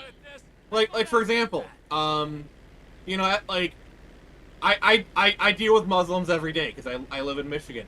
Most of them are just normal ass people. Okay, like they're just a lot of them are just regular ass people. You know, they just have a different religion. I've got friends all over the Middle East, both Muslim and Jewish, who are reformers who want to bring the communities together and don't want to fight anymore. Yeah. They're not all angry or violent on either side. Yeah. No matter what the media will try to portray on either side. Yeah, that's a true statement. I personally sit out of this entire argument because I believe in the ancient Greek gods, so I got no skin in this game. Yeah. I believe they were real, but I actually believe they were Nephilim, but that's a whole other debate. Organized religion, nice. You guys decide on binder dividers? Or are we sticking to sticky notes? No. We're at this point. We're not organized religion people. We find our faith through research and study of what we connect to, and organized religion is what destroys different religions and spiritualisms. Yeah. Me personally, I'm into arc welding, into stainless steel, but you know, that's me thing. I am. My description I will give people of myself is, yes, I do consider myself Christian. I am also a tribal naturalist, and I do not think that those react to each other. I would say I myself am a Christian, mostly of the Baptist and Pentecostal variety. I would say I am as about anti-denomination as you get. Well, And in fact, I'm actually more a fan of bringing back the original term and getting rid of the Roman slur Christian and going back to Wayist. But that's a whole other debate with a lot of get a waste now. Sorry. Wayist. Get a waste now.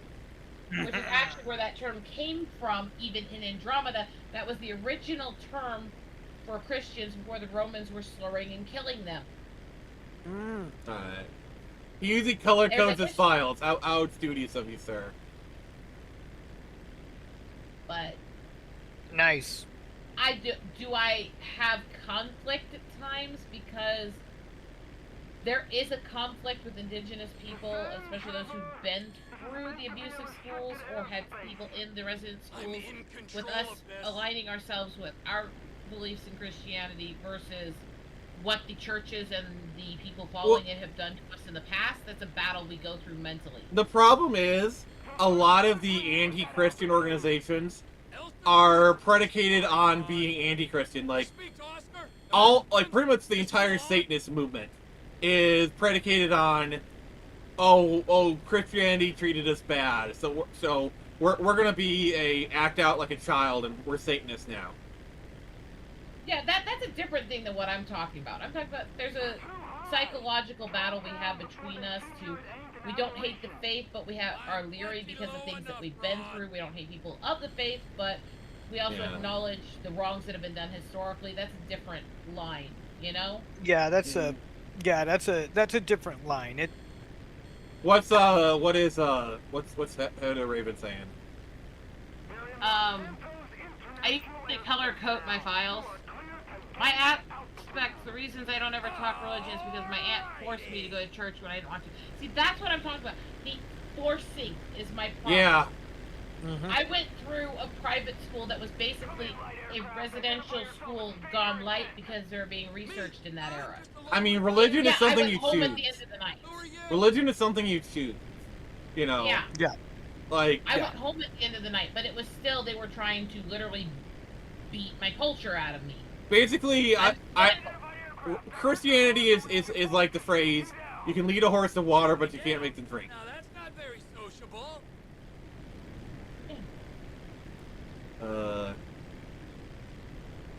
We are supposed to, if you're Christian, Jesus' commandment was that if people would not change or follow your religion, you're supposed to dust them off your shoes and move on and let them be. That's what Jesus directly told his disciples. So anybody who tries to force people to go to church, anybody who tries to force people to be religious, anybody who tries to condemn them for it, that's not your place. One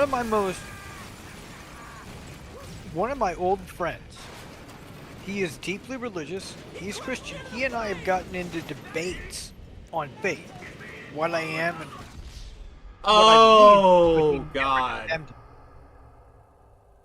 Sorry, I got one shot at it.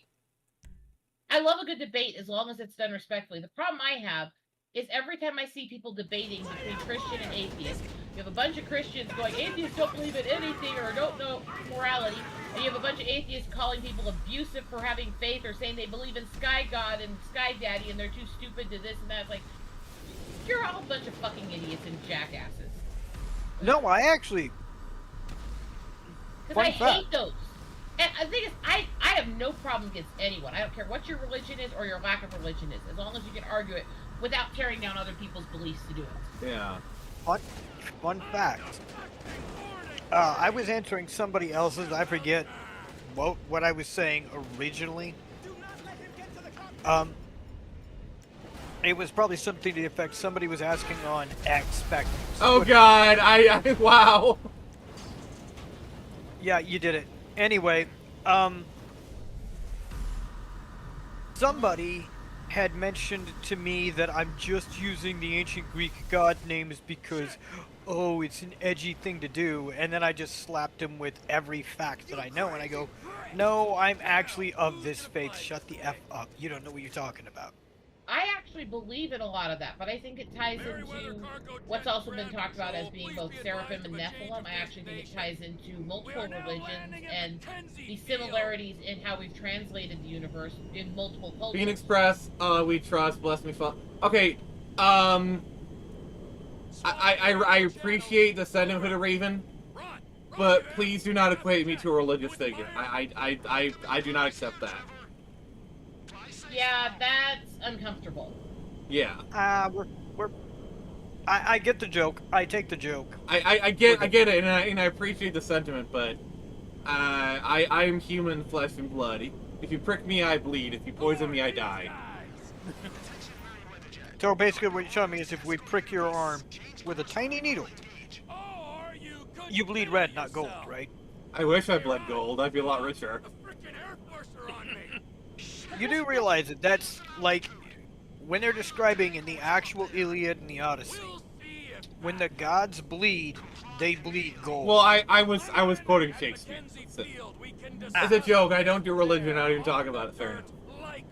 Fair enough. I'm sorry if you want us to change the subject. That's fair. We're just discussing as friends. Yeah. Oh yeah. I mean, what each other believes. So that was a nice topic. Let's kind of move on. Yeah. Like it was a good topic. We had a good discussion. I think we should move on. Yeah. Now back to the nerd culture. Also, I'm doing a barrel roll. I'm doing a barrel roll. I did a barrel roll, guys. Good. I want to hear your reasons you picked the same thing as the best time machine as I did. I choose that time machine because it actually makes logical sense what he did. How it was made, what it does, how you can go backwards and forwards through time, regardless of your method, so long as you're hitting a specific speed, and boom, it happens. We didn't have to get into the deep physics of it all, though he does hint that that's what's going on, and that time, as far as the machine is concerned, is malleable. That I enjoy. Versus something like, I don't know, whatever they use in frickin' Doctor Who. That's TARDIS. It's because I want to, man. Really? That's it? I'm not a big Doctor Who fan. I never got why it was as big as it is. Yeah, neither have I. I enjoy... Alright. Here we go. What are you gonna jump? I will tell you, when they start debating quantum physics and rocket science and stuff like that at the table with my husband, and he starts going, I just sit there and listen.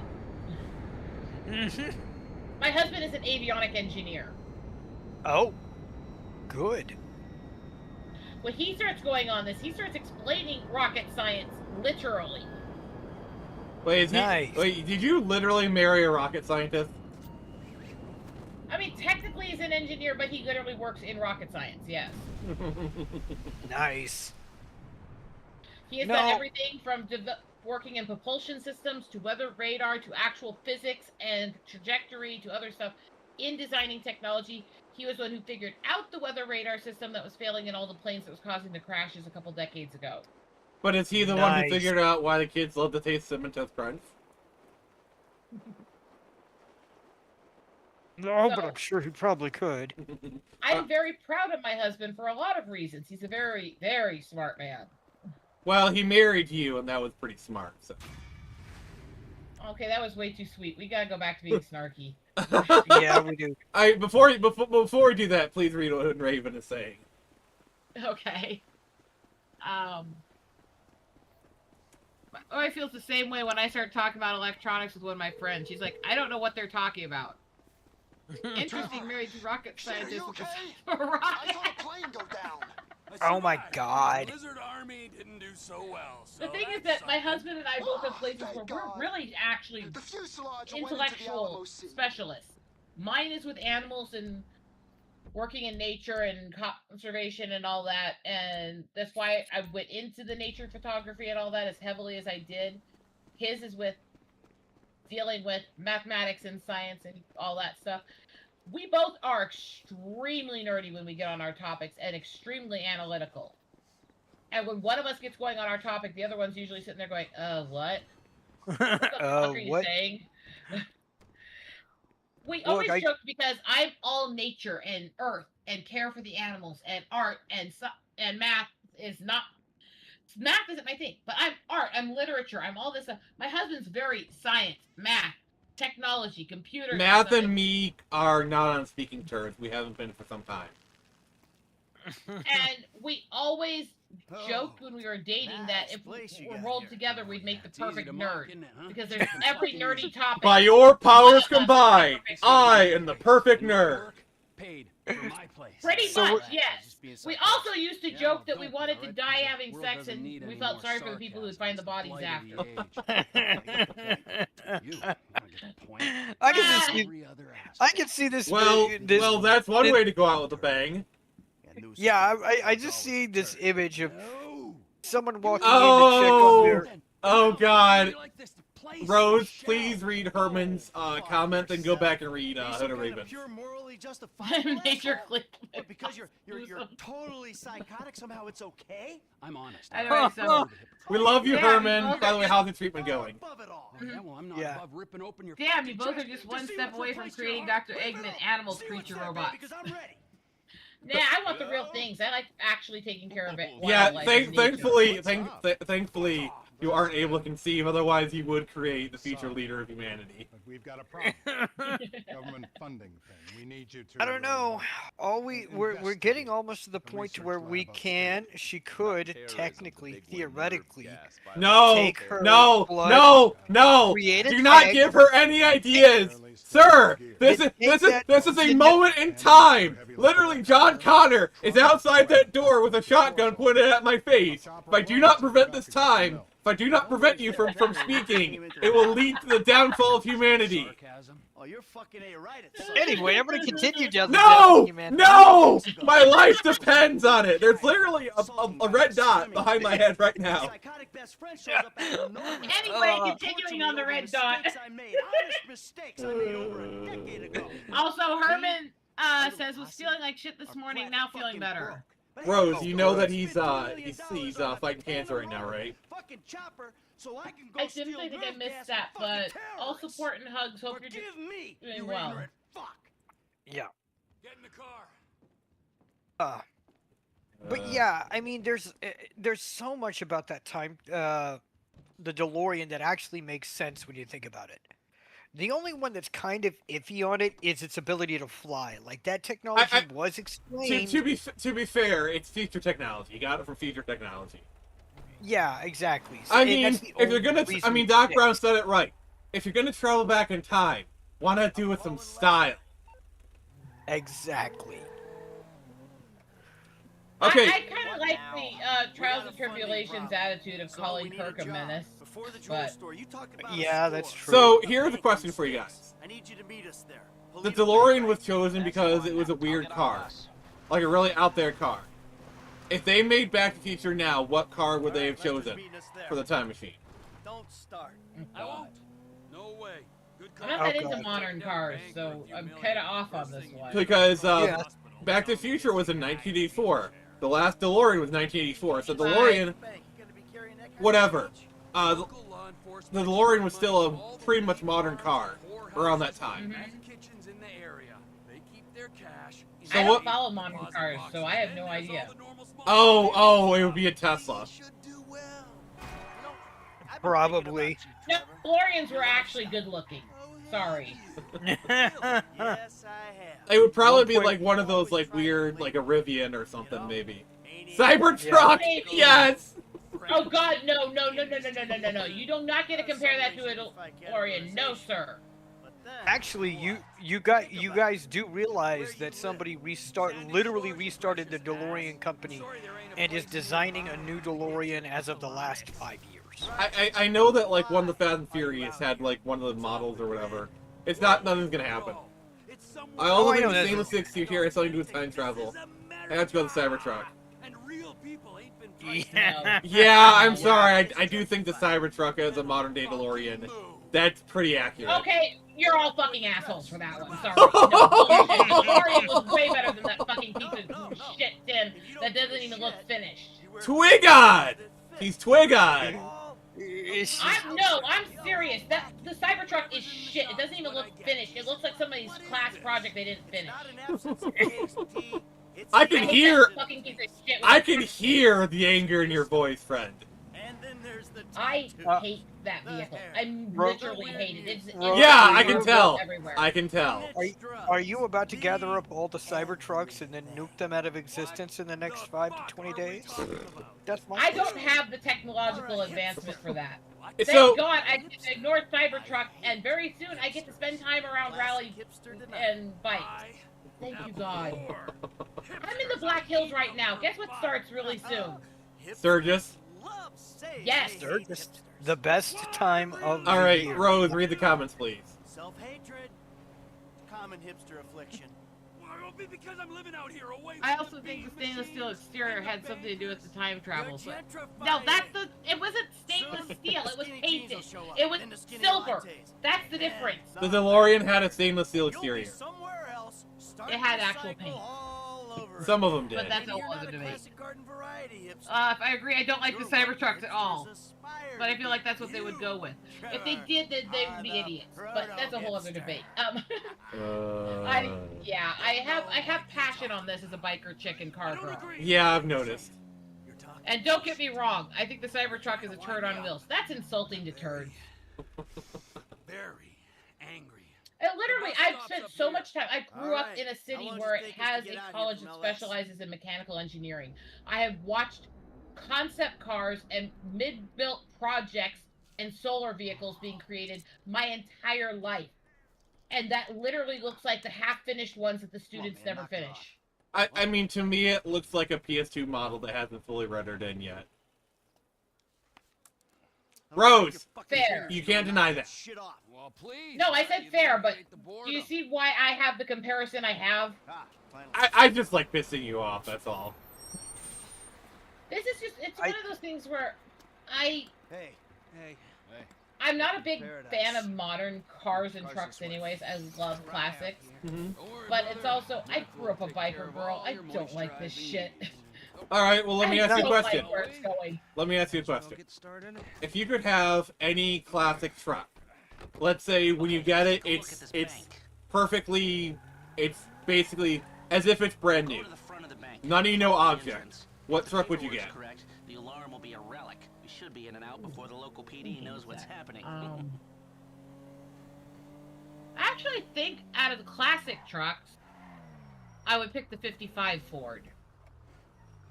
Because I like the shape of it then. Nothing special. Take us around back. Okay. And it was made with really good metals. I thought you would have. I thought you would have picked like a 70s or 80s Ford Chevy. No. I know those are really popular now. I hate Chevy. And I do not like any Fords past 1970. I am a lot more vintage than you think. Clearly. The only Chevy I like is the Corvette. Not gonna lie. I'm not much of a Camaro fan. I like the classic Camaros. I like 80s Camaros are nice. Like if someone gave me an IROC Camaro, I'd be happy. That is a dumb But once the Camaros hit the 90s, they look so generic. But like the last few years are okay.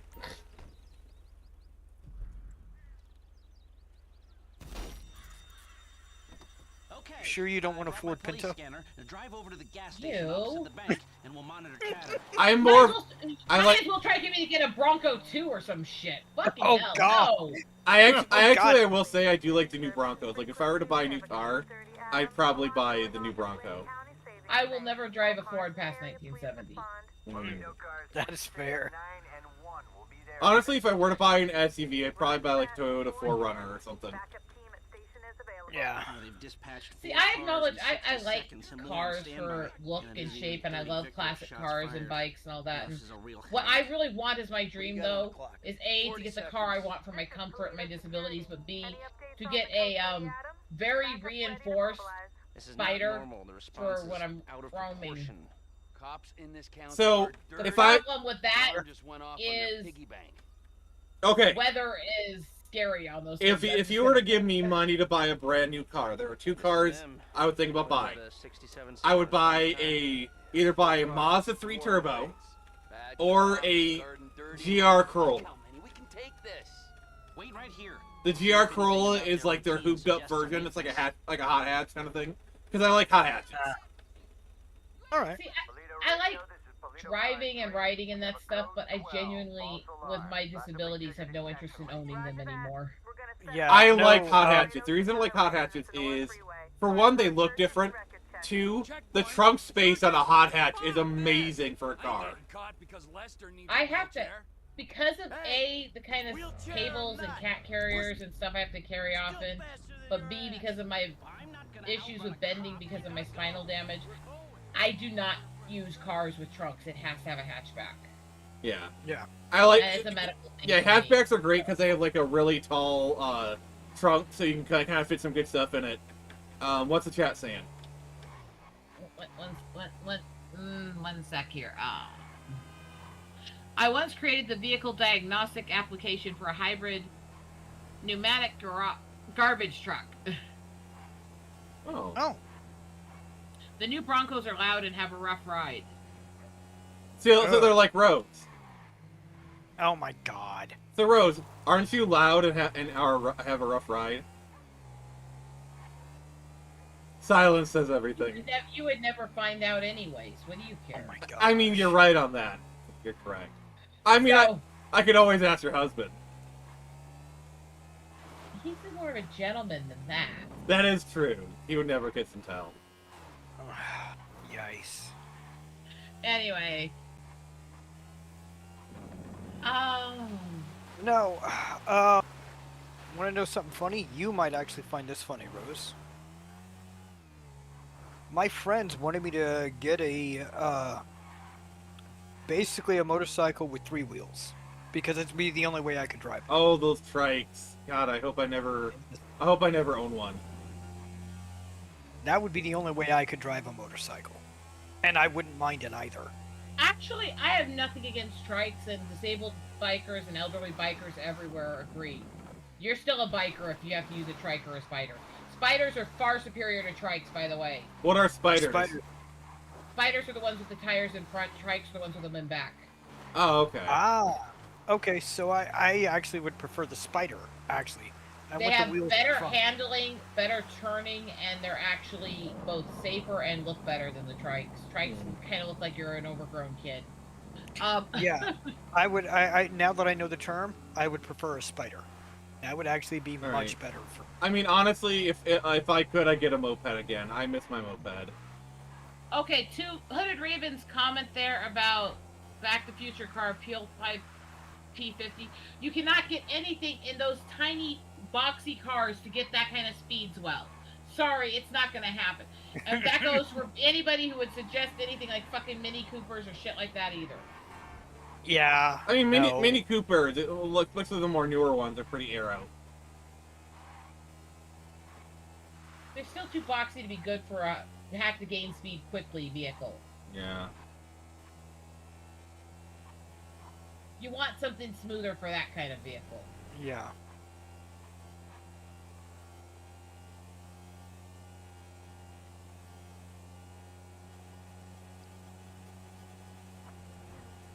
God, I am such a dweeb, aren't I? Yeah. No. Not even close. Yeah, I just think the auto industry is finally learning. Like, remember how like 5 years ago they're like, "Oh, we're gonna be all electric by 2035." You notice how they quietly walked that back? Like, I knew they were gonna do that, but yeah. Yeah. I knew electric is gonna fail out at some point. Like the new Charger. You know, it's like, oh, it's electric, and we have a V6. I think they even just introduced.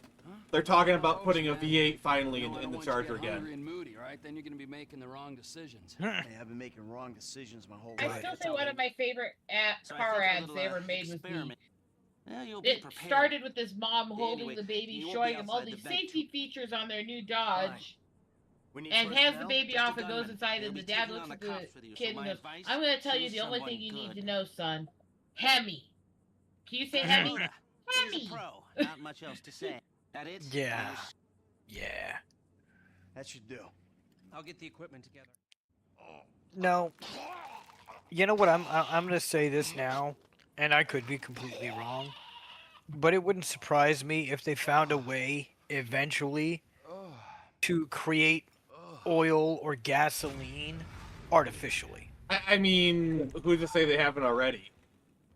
Yeah, There's exactly. already studies going on that we may have been wrong all the time about it being fossil fuels, because they're finding that a lot of the old empty reserves are suddenly refilling. What? You mean where we get? Several of the reserves where we actually were drawing oil and stuff in the 80s in Wyoming that were dry are refilling. Interesting. So they're not entirely sure that the science is accurate and they're actually fossil fuels. I think eventually they'll create like some sort of fuel substitute or whatever. Well, yeah. But fuel is actually far better than electric. I'm sorry, I mean, the problem that electric vehicles face, you know, is winter. You know, because that's one of many problems. You So can't be physics. Travel. You can't. Well, okay, yeah. The big if electrics are good if you live in the city and you just use it to commute to work and you live in a warmer area. Like if you're in California and you just go around LA, electrics are perfect. They have their uses. But if I tried to use an electric car for the stuff I do, it would turn a 12-hour drive from my place to my mom's here into a 2-day drive because of how much longer it takes to recharge a battery, even at fast charge over gas. I don't know why anyone. Because of all these other things. I don't know why anyone in Michigan would own an EV because during the summer months, it's fine. But when it's cold out, when it's negative whatever, it's going to affect batteries. No. Yeah. Sorry, and I'm a mountain girl. I've been in negative 50s. You don't want to do that shit in an electric car. Your range is going to be cut down. I don't care what tech they put into it. You can't beat physics. Where'd you two go when you went out, you and your boyfriend? Why do you care? I don't care. We do not have the kind of battery technology yet to be able to hold a charge for what it would need in most areas yet. Yeah. I mean, also the fact that, like, while it is getting better, the charging network of chargers, it's still, you know, a ways away. Like, also, you notice how they're not talking about autonomous cars much anymore? Yeah. Yeah, but I got news for you. A lot of modern cars have at least partial auto drive. But we're never going to get... I think we're at least 50 to maybe 100 years away from full autonomous drive. I hope. I'm not as positive on that, considering the stuff I know about industry, but I hope. I hope they don't try to push it because they've already proven it kills people. Yeah. I mean, look at the Waymos. Like, there's been Waymos that have been, like murdered people.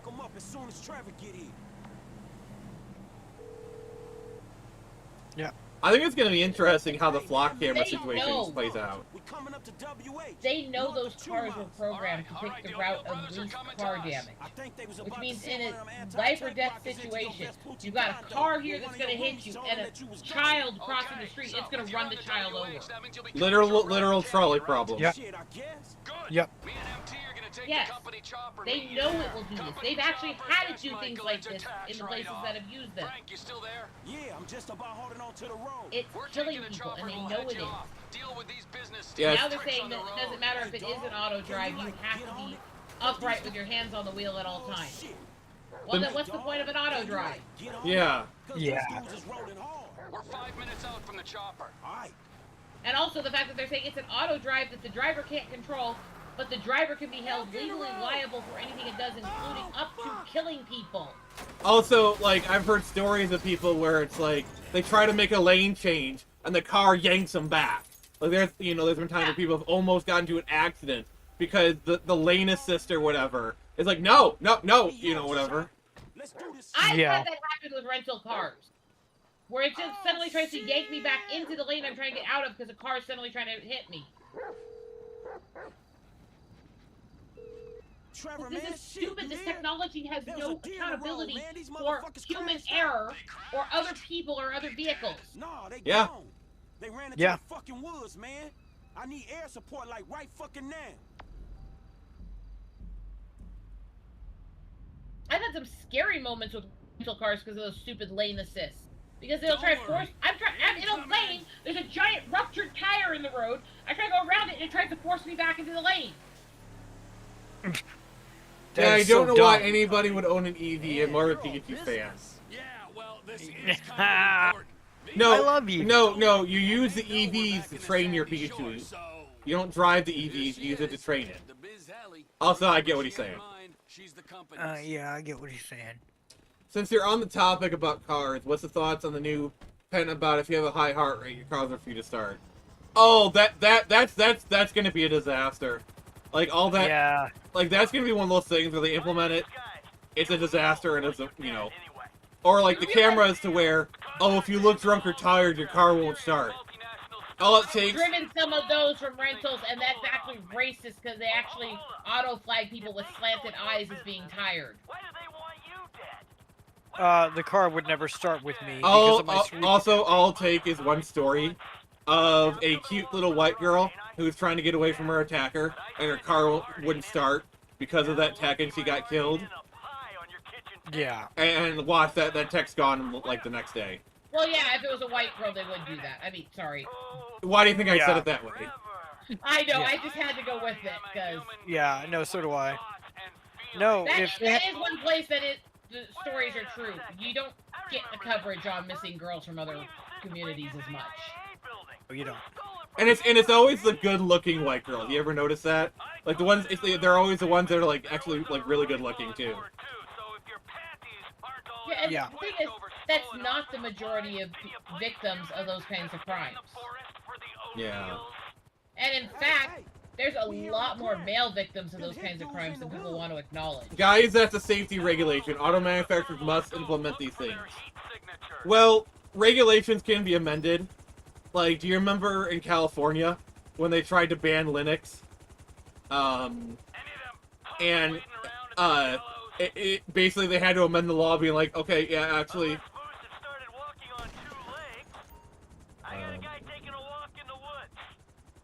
I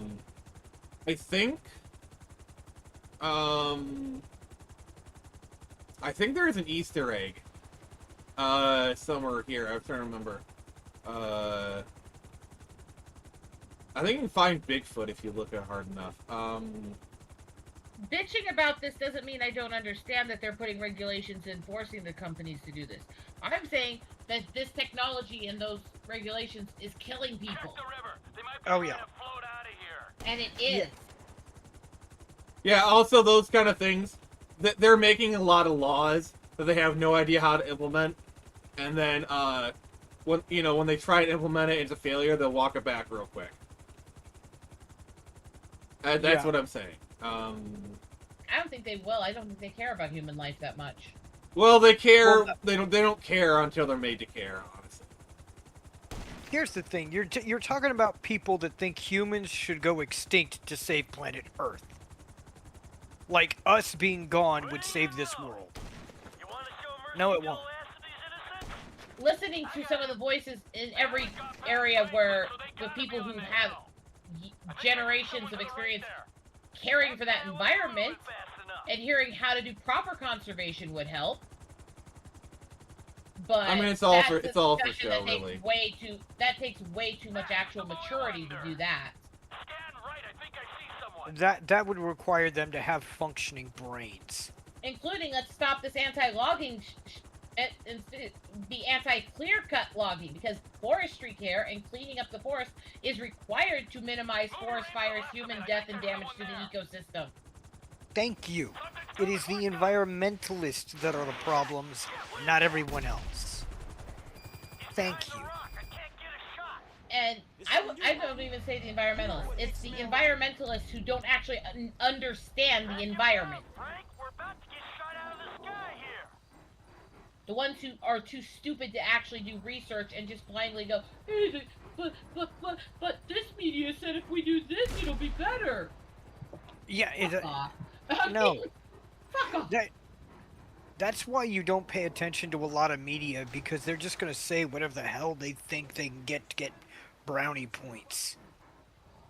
All of that. All right, I'm gonna be a little bit spicy here. So, we read the diaries of a certain doctor, and we found out that all the shit we did 5 years ago was bullshit, and all the people calling it out were right, and nothing is gonna happen. Oh yeah, nothing's gonna happen. And I'm being vague on purpose, but you all know what I'm talking about. I know what you're talking about. He pled the fifth on everything. I mean, that's a whole, that's different, you know. But Let's be clear here. When people talk about that whole era, it's overhyped what it actually was, and it was built into worse than it was. Yeah. And to the people who talk about the long-term side effects of that disease, I got news for you. Even a bad cold can leave lifelong side effects or long side effects of the disease. Yeah. Every time you get violently ill, you can get permanent side effects to your immune system and your health. It doesn't matter what the illness is. I had the measles at one point in my life. Okay, can we please move on, because it's a very sensitive topic that, like, I don't want to talk about too much. Oh yeah, no, fair. That's why I was like vague with it. Like, I really shouldn't even brought it up, to be honest. Well, no, that's why I covered a disease that is not. Okay, moving on. We're moving on. Yeah. Life is precious. And I think one of the things that a lot of us struggle with is the balance point. Yes. I get why they want to create these safety products and these safety features. I get why they want to regulate, but they're going so far it's actually causing more harm than good. I mean, that's most things, really. You know the airfield's mine, don't you? Oh yeah, you can afford a runway. Well, a lot of the stuff they're doing now is the exact same bullshit that they pulled in the 1980s to try to get rid of D&D. It didn't work. The rebirth of the Satanic Panic, you do realize that one of the heads on the other side of the aisle, who's so anti-anime, his dad was actually one of the pastors who helped start that. I mean... What? What? Yeah, research the family of Matt Walsh. His dad was one of the pastors who started the Satanic Panic. You mean as in, like, America's Most Wanted? No. I know who she's talking about. Oh, She's talking Matt about Walsh. the Oh YouTuber. my god, is that like the Daily Wire guy? Yes. Oh my Yes. god, I hate him. I hate him so much. His dad is one of the people who started the Satanic Panic. That makes sense. That makes sense. Yeah, he's anti-anime, anti-video games, anti a lot of stuff that's going on right now. I mean, there is a concerted push by a lot of American media that is anti-Japanese. You know, like that's why they keep pushing the anime is pedophilic angle. Which is racist, because anime just means Japanese animation. It's all animation from Japan. And I'm sorry, ask to see some of a lot of those Western animators, ask to see their personal sketchbook. They'll have shit in there that will make the Japanese, even the most perverted Japanese, blush. I'm sorry. And yeah, do I have problems with some of the history of some of the Japanese culture and how it's addressed young girls? Yes.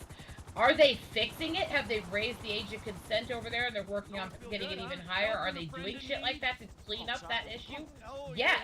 Does Japan have We problems? need to acknowledge that. The Japanese are very xenophobic. They're very racist, you know. But we can call out the issues, but we have to do it honestly and acknowledge that as a culture, Japan is actually trying to get better. Yeah. Mm-hmm. Yeah, they're trying. We could still call out the things that they did, especially in the 40s, because they weren't any worse. They weren't any better than Germany. Yeah. Holy crap. But that doesn't mean that we can't acknowledge that A, they've gotten a lot better, and B, that hating everyone Japanese for that is just as racist. Yeah. And this is Exactly. where we've got to stop blaming everyone forever for the mistakes of their ancestors. Because there's nobody whose ancestors are squeaky clean. But when you start saying, well, this group did this, so it's okay that this group did this to them, it's like, where does that end? Yeah. Yeah, no, this I may not be Christian. That's the whole point of the phrase, an eye for an eye makes the whole world blind. Yes. Here's the thing. I agree with one Christian phrase that I've heard my whole life. The sins of the father are not the sins of the child, and vice versa. Mm-hmm.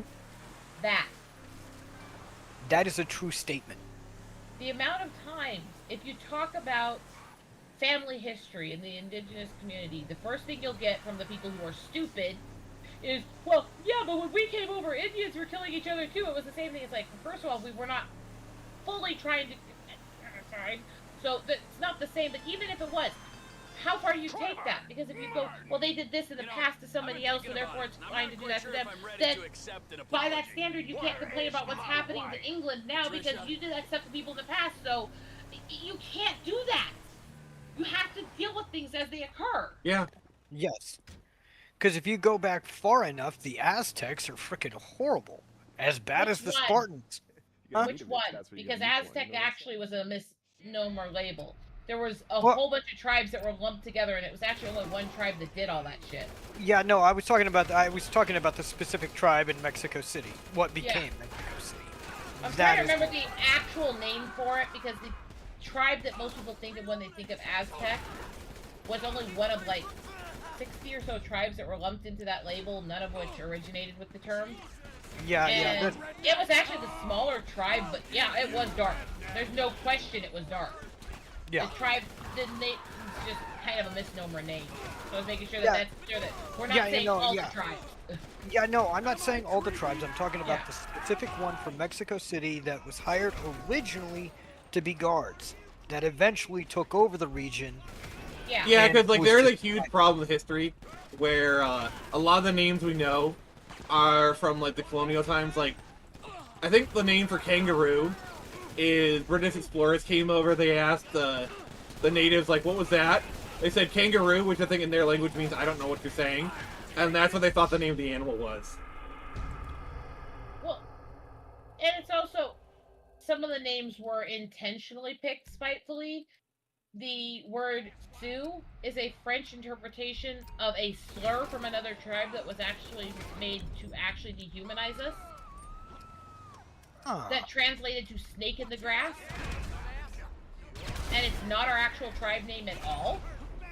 Oh. It was given to us specifically to dehumanize us. What is the actual tribe name then?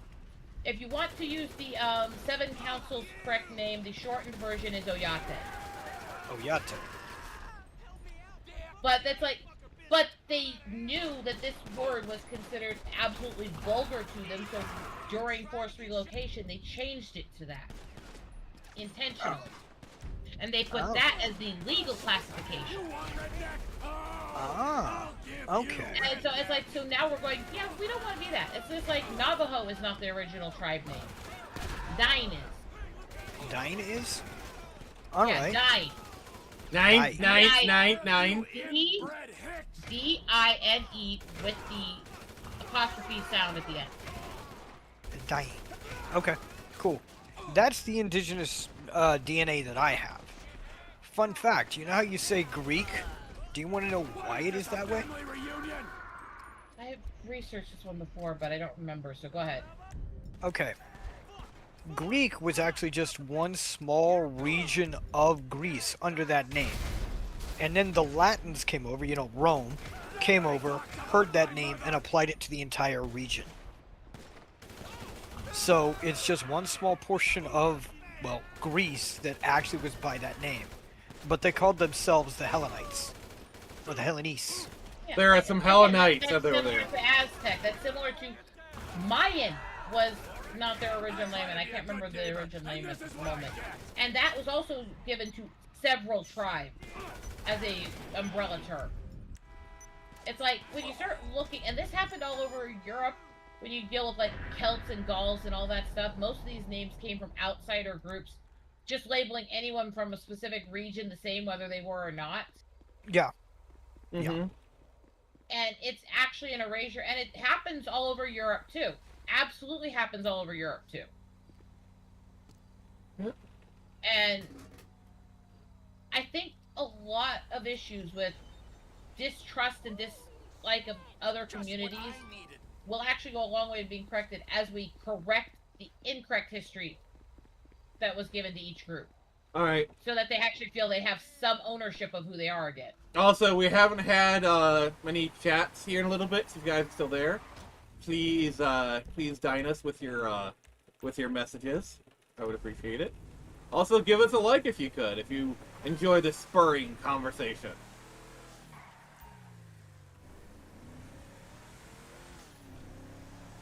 But yeah, to your comment, Jason, there's very, very few people that are Hispanic that don't have some indigenous mixed in too. The culture and the history is very complicated because it literally was a combination of colonization and the indigenous, you know?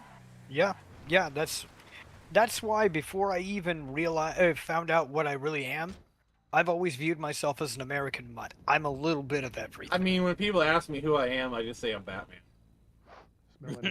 There you go. I mean, like I said, I could tell you all kinds of tribes. I know I have at least some of.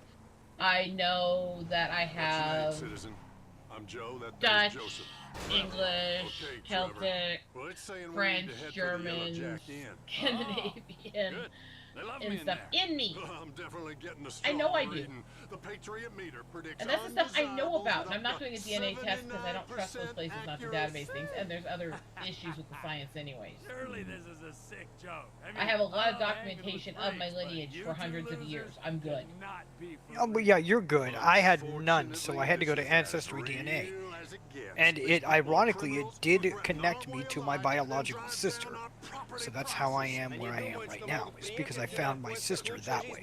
I'm not saying that they can't be good tools for some people. I just have issues with some of the stuff they're claiming that isn't scientific. Oh yeah, and that have issues with the way they database people and use it later. Can I just say this mission is really hilarious? Because they're trying to like parody like the right-wing anti-immigration and doing a very bad job of it. Oh yeah. Yeah. It's one of those things where like, well, the left can't meme essentially because they lack empathy.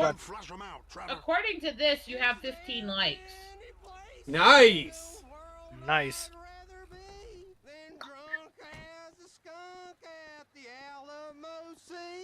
But yeah, it's like this is where I think most people could actually find common ground if we could actually help people retake their history without shame. And that goes for anybody. I don't care if you're from one of the most evil backgrounds in the worst parts of the world. I don't care if you are descendant of colonization, if you're a descendant of anything.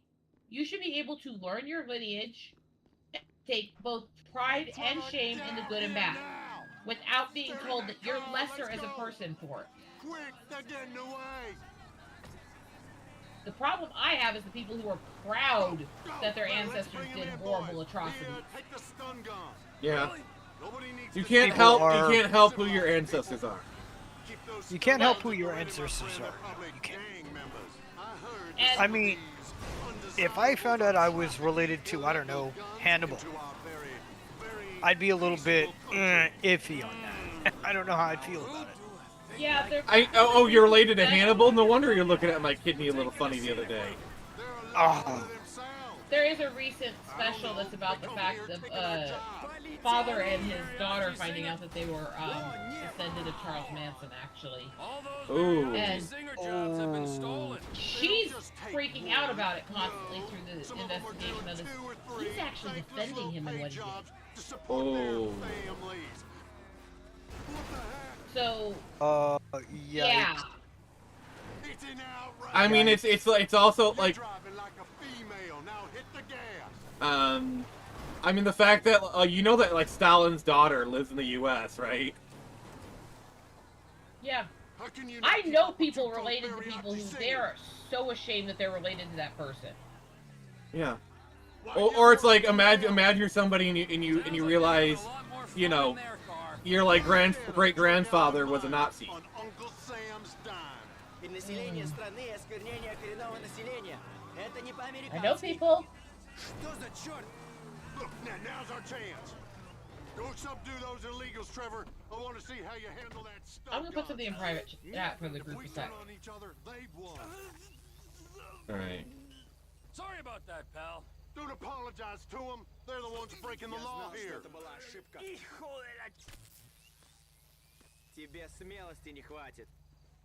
You can't be in the Civil Border Patrol if you can't use a stun gun. I'm using the stun gun, you jackass. I go with you. If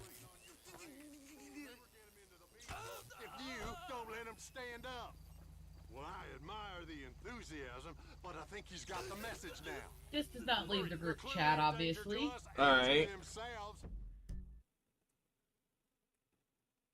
Let me check this out.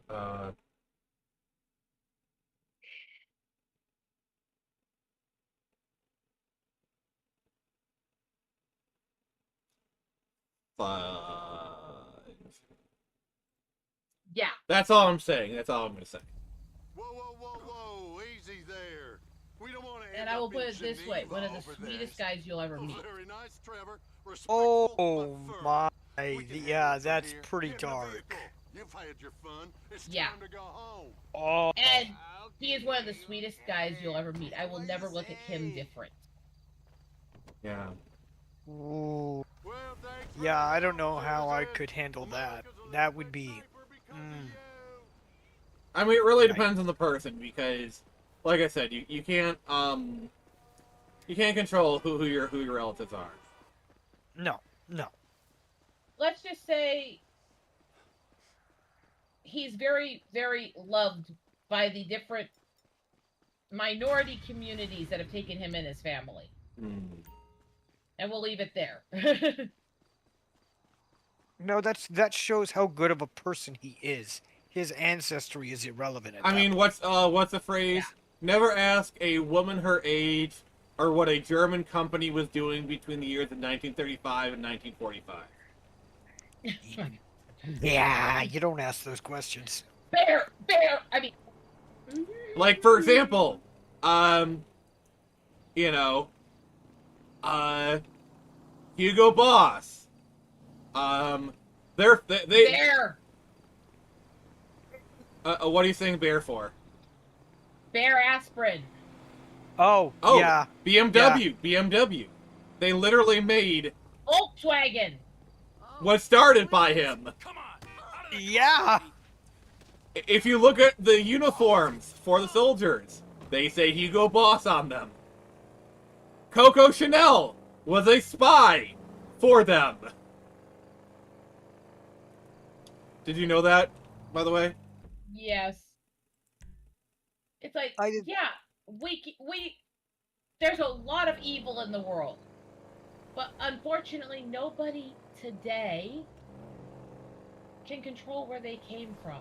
All you control is if you live down or up what you need to be better still than the past you came from. Yeah. Or if you came from a really proud lineage, to do it honor.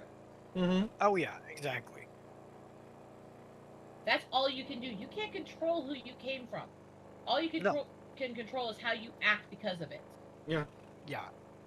I mean, I'm going to be real here. If I found out I was related to the Spartans, I'd be both proud and terrified of that. You know? Because they are as much of badasses as we think they are. They were also one of the most vile civilizations also, ever their civilization was built off of slave labor. Let's be honest. That's what I'm saying. Yeah, it was very violent, very just yikes. I mean, on one side of the family, I'm related to some of the most honored and beloved braves in history of the tribe. On the other side of the family, I have relatives like Billy the Kid and Benedict Arnold. I am not going to make a joke out of that out of respect to you. Yeah, out of respect to you, I'm not going to joke about that, but that is pretty dead. That cuts deep. Yeah, it does. I don't have. I have both really impressive and really fucked up ancestors. Yeah. I don't deny any of them. I try to take what good and bad that they did and learn from it. Yeah, there you go. My family also includes the Wilder family. Why does that name sound familiar? Do you want to go into Laura Ingalls Wilder or do you want to go into Gene Wilder? Because they're all from the same lineage. Oh, wow. Okay, both. All people with the last name Wilder come from the same family lineage originally. The closeness of the relation is the difference. Laura Ingalls Wilder, though, I'm actually pretty closely related to. Oh, okay. And All yes, right. she was racist to natives. Can you guys check to see if the stream is still going on? It's there. Yeah. It's still running on my side. Okay, because we haven't got any comments, and I was afraid the stream got, like, banned or something. Nobody's commenting, but it's still showing several people watching, so... Alright. I think they're just lurking. Yeah, they're just lurking. It's showing 4. So I don't... Yeah. Yeah. And I know YouTube is showing me that there's 4 people watching right now, but I know that's wrong. Alright, I'm gonna do a poll. Wait, no, it's Q&A, sorry.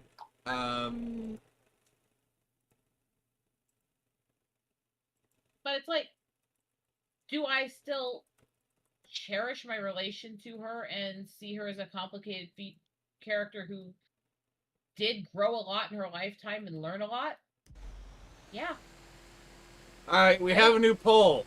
Are you entertained? Where's the "you're a jackass" button? I mean... That's the next poll, my friend. That's the next poll. Okay.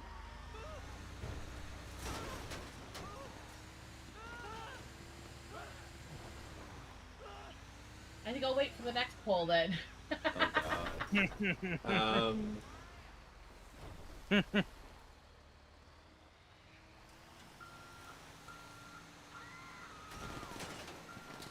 know you can be overwhelmed and you can be underwhelmed, but can you ever just be whelmed? Yes! I was hoping somebody would get that. I mean, it's a Young Justice reference, so... Yeah. Yep. Which I haven't watched in a while. I need to watch it again. Yeah, it's a good show.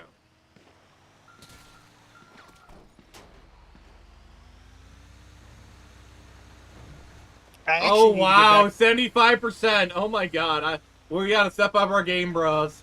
We gotta step up our game.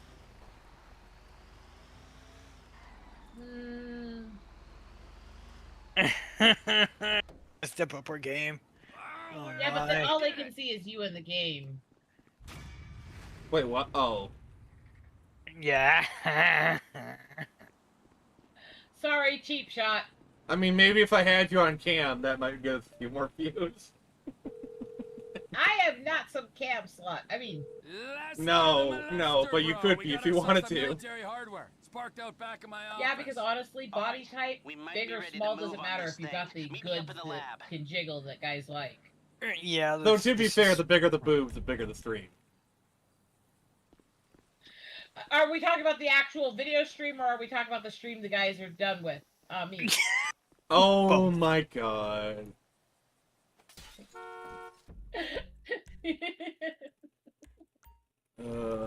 Hooded Raven is like, lol. Okay. So, it's 9:48, so what I'm gonna do is, I'm gonna go save the game, and I will show my writing folder as promised. Yep. Alright. Oh god. This was a good night. This was a good stream. I think so. Yeah, this was a good stream. I need to actually go start my cooking now. So Rose, are you back for good now, or like what's Overall, yes. I might have to take a Saturday off. I don't know yet when I'm traveling home in a few weeks. It depends on which days he can come get me. If I do, I'll let you know. Otherwise, I'm back. All right, so, but you're good for next week at least, right? Yep. Okay, cool. This summer has been crazy. I'm telling you. Oh my god. It has been for sure.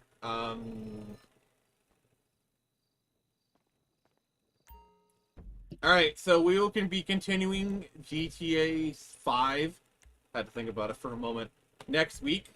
The stream is not over. We're gonna be doing some wrap up here, but let me end this poll. In the poll or in the hole? I mean, I know you like being in the hole, but still. no. That's a guy thing. I don't want to be in the hole. I am the hole. Get fucking hell. Well, I am the walrus. Coo.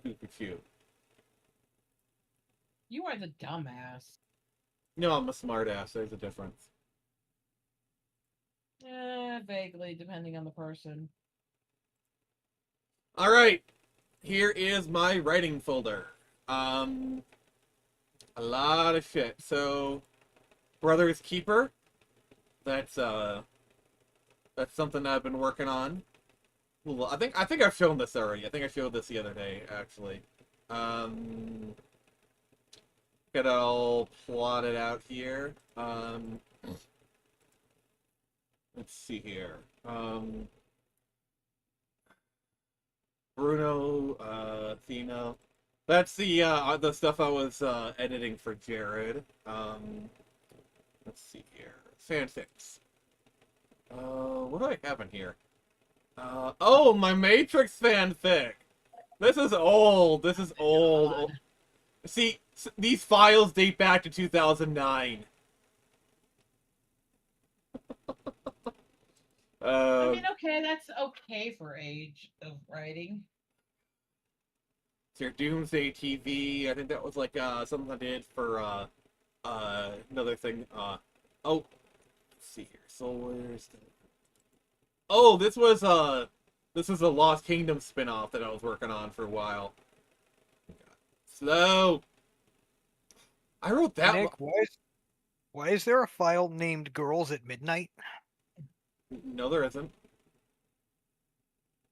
I'm sorry, I just got back in and I had to make some kind of bad commentary. Robin in the Hood. This is the one I was telling you about.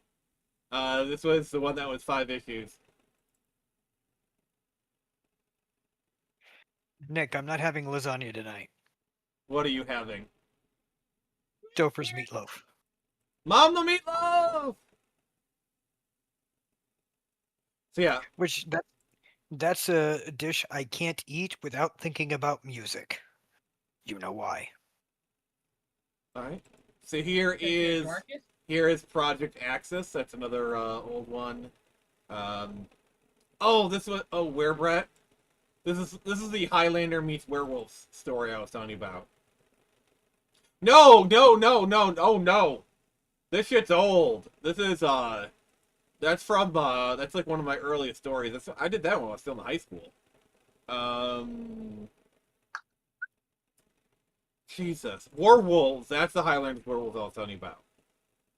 You're a slut. You're a slut. Stick it up your butt. Nick, you want to know how I lost my my earliest novel idea? How? I wrote it by hand, in pencil, on paper. Yeah. And then these are all the songs that I've written. Just Cry for the River. The lyrics. Yeah, I have a lot of these are a lot of like songs and poems I've written. Oh God, Net Warrior. That was like my Mega Man Battle Network thing. Onto a horror album, Nightly Battle. Jeez. There is a lot of shit here. Lonely One, that was part of a anthology that I did. What an itch.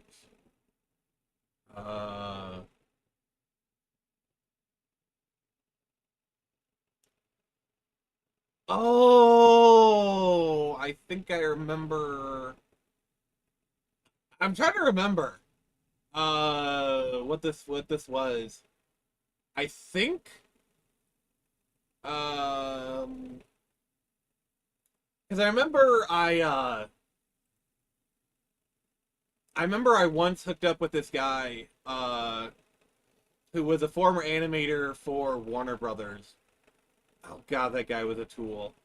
And I remember basically we talked for 3 hours. 2.5 hours was him just kind of jerking off to his own legacy or whatever. And the last half hour was, what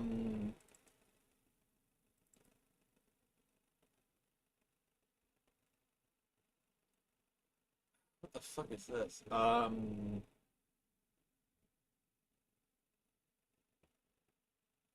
don't even, I reckon I don't like, so, some of the stuff I don't even know what it is. Oh gosh.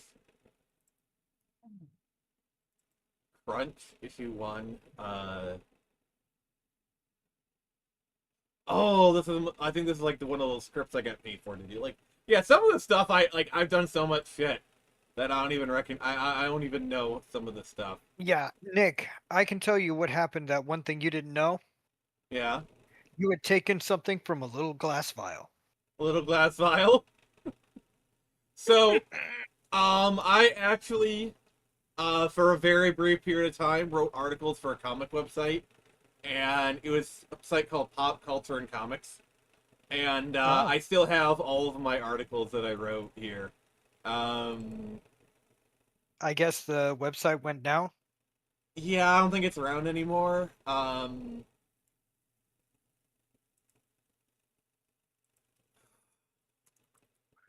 Oh, Nick. You're lucky. What? I did tell you I'm eating meatloaf, right?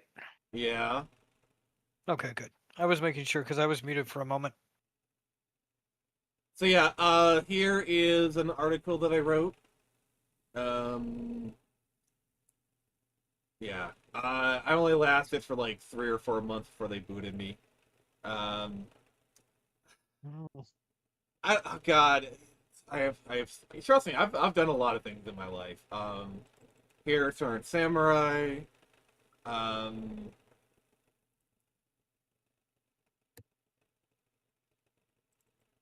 Like for example, here's a partially written issue 5 script that is unpublished.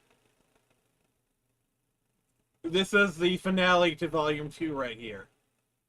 Oh. Yeah. I never finished it. Well, that's why you don't want to take a look at my fanfic files. There are many and far. Here. Oh, these are some short scripts that I wrote. What is Shuri? I don't know. All the... What?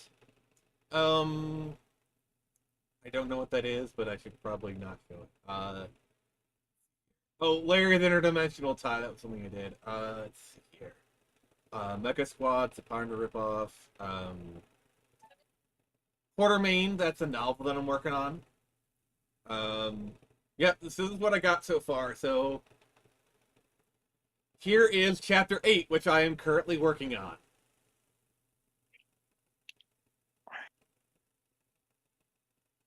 That is still in progress. Let's see here. And then the thing that you guys are probably going to want to see. There we go. Screecher! Really? So this is really advanced. You guys are going to be seeing this for at least a couple years. This is Screecher issue 9. This isn't even part, like this shit isn't even a part of this volume right here. It's not even part of volume 2, I don't think. No. I think that's past that. It's volume 2.5 or whatever. This is the finale of it. Okay. But yeah. Okay.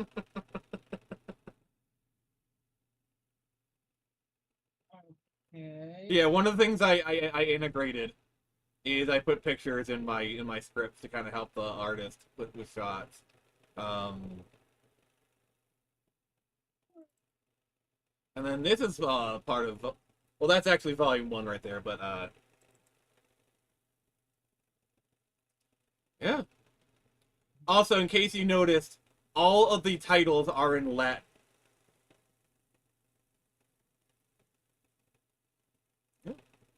So, anything you guys in particular you guys want to see? At this moment, no. I'm just Yeah, getting for tired. me, no. You're gonna have to rely on the audience for that one. I have nothing. Yeah, I'm kind of like scrolling past it really quick because I want you to see it, but I don't want you guys to take too close of a look. You don't want us paying attention to get our hype up over. Meh. All right, wrap up time, mother effers. So tomorrow at 7, we're starting Legend of Zelda: Link to the Past. It's gonna be fun. Monday, we're doing our Monday request, Total Request Monday. Tuesday, no stream. I'm going to a concert with Oda Raven. I'm going to have fun. Friday, we're going to be reviewing Friday the 13th, Part 3. Jason Ingram face reveal. You're... Oda Raven! No! Yeah, I'm gonna be revealing my face as soon as the camera gets in and we get it all set up because this would be my first time ever doing this. What's a true horror movie? Friday the 13th or Jason revealing his face? Both. All right, guys. Yeah, next Saturday, we are going to be doing this again with Rose. So, Jason, final words. Final words? Butternuts. Okay, I Suck accept. them butternuts. And Rose, I will take that as your final word. So, thank you, Jason. Bag of dicks. No, I decline. So, thank you, Jason. Thank you, Rose. Thank you, Huda Raven. Thank you, Herman. Thank you, Lethal Nonsense. Thank you, Vandross. Thank you, Bebo. Thank you to his favorite fleshlight. Thank you, Destroyer. Thank you, Quiet Red Media. And thank you to everyone else who watched us. We will see you guys tomorrow. And as always, remember, I can only show you the door. You're the ones to walk through it.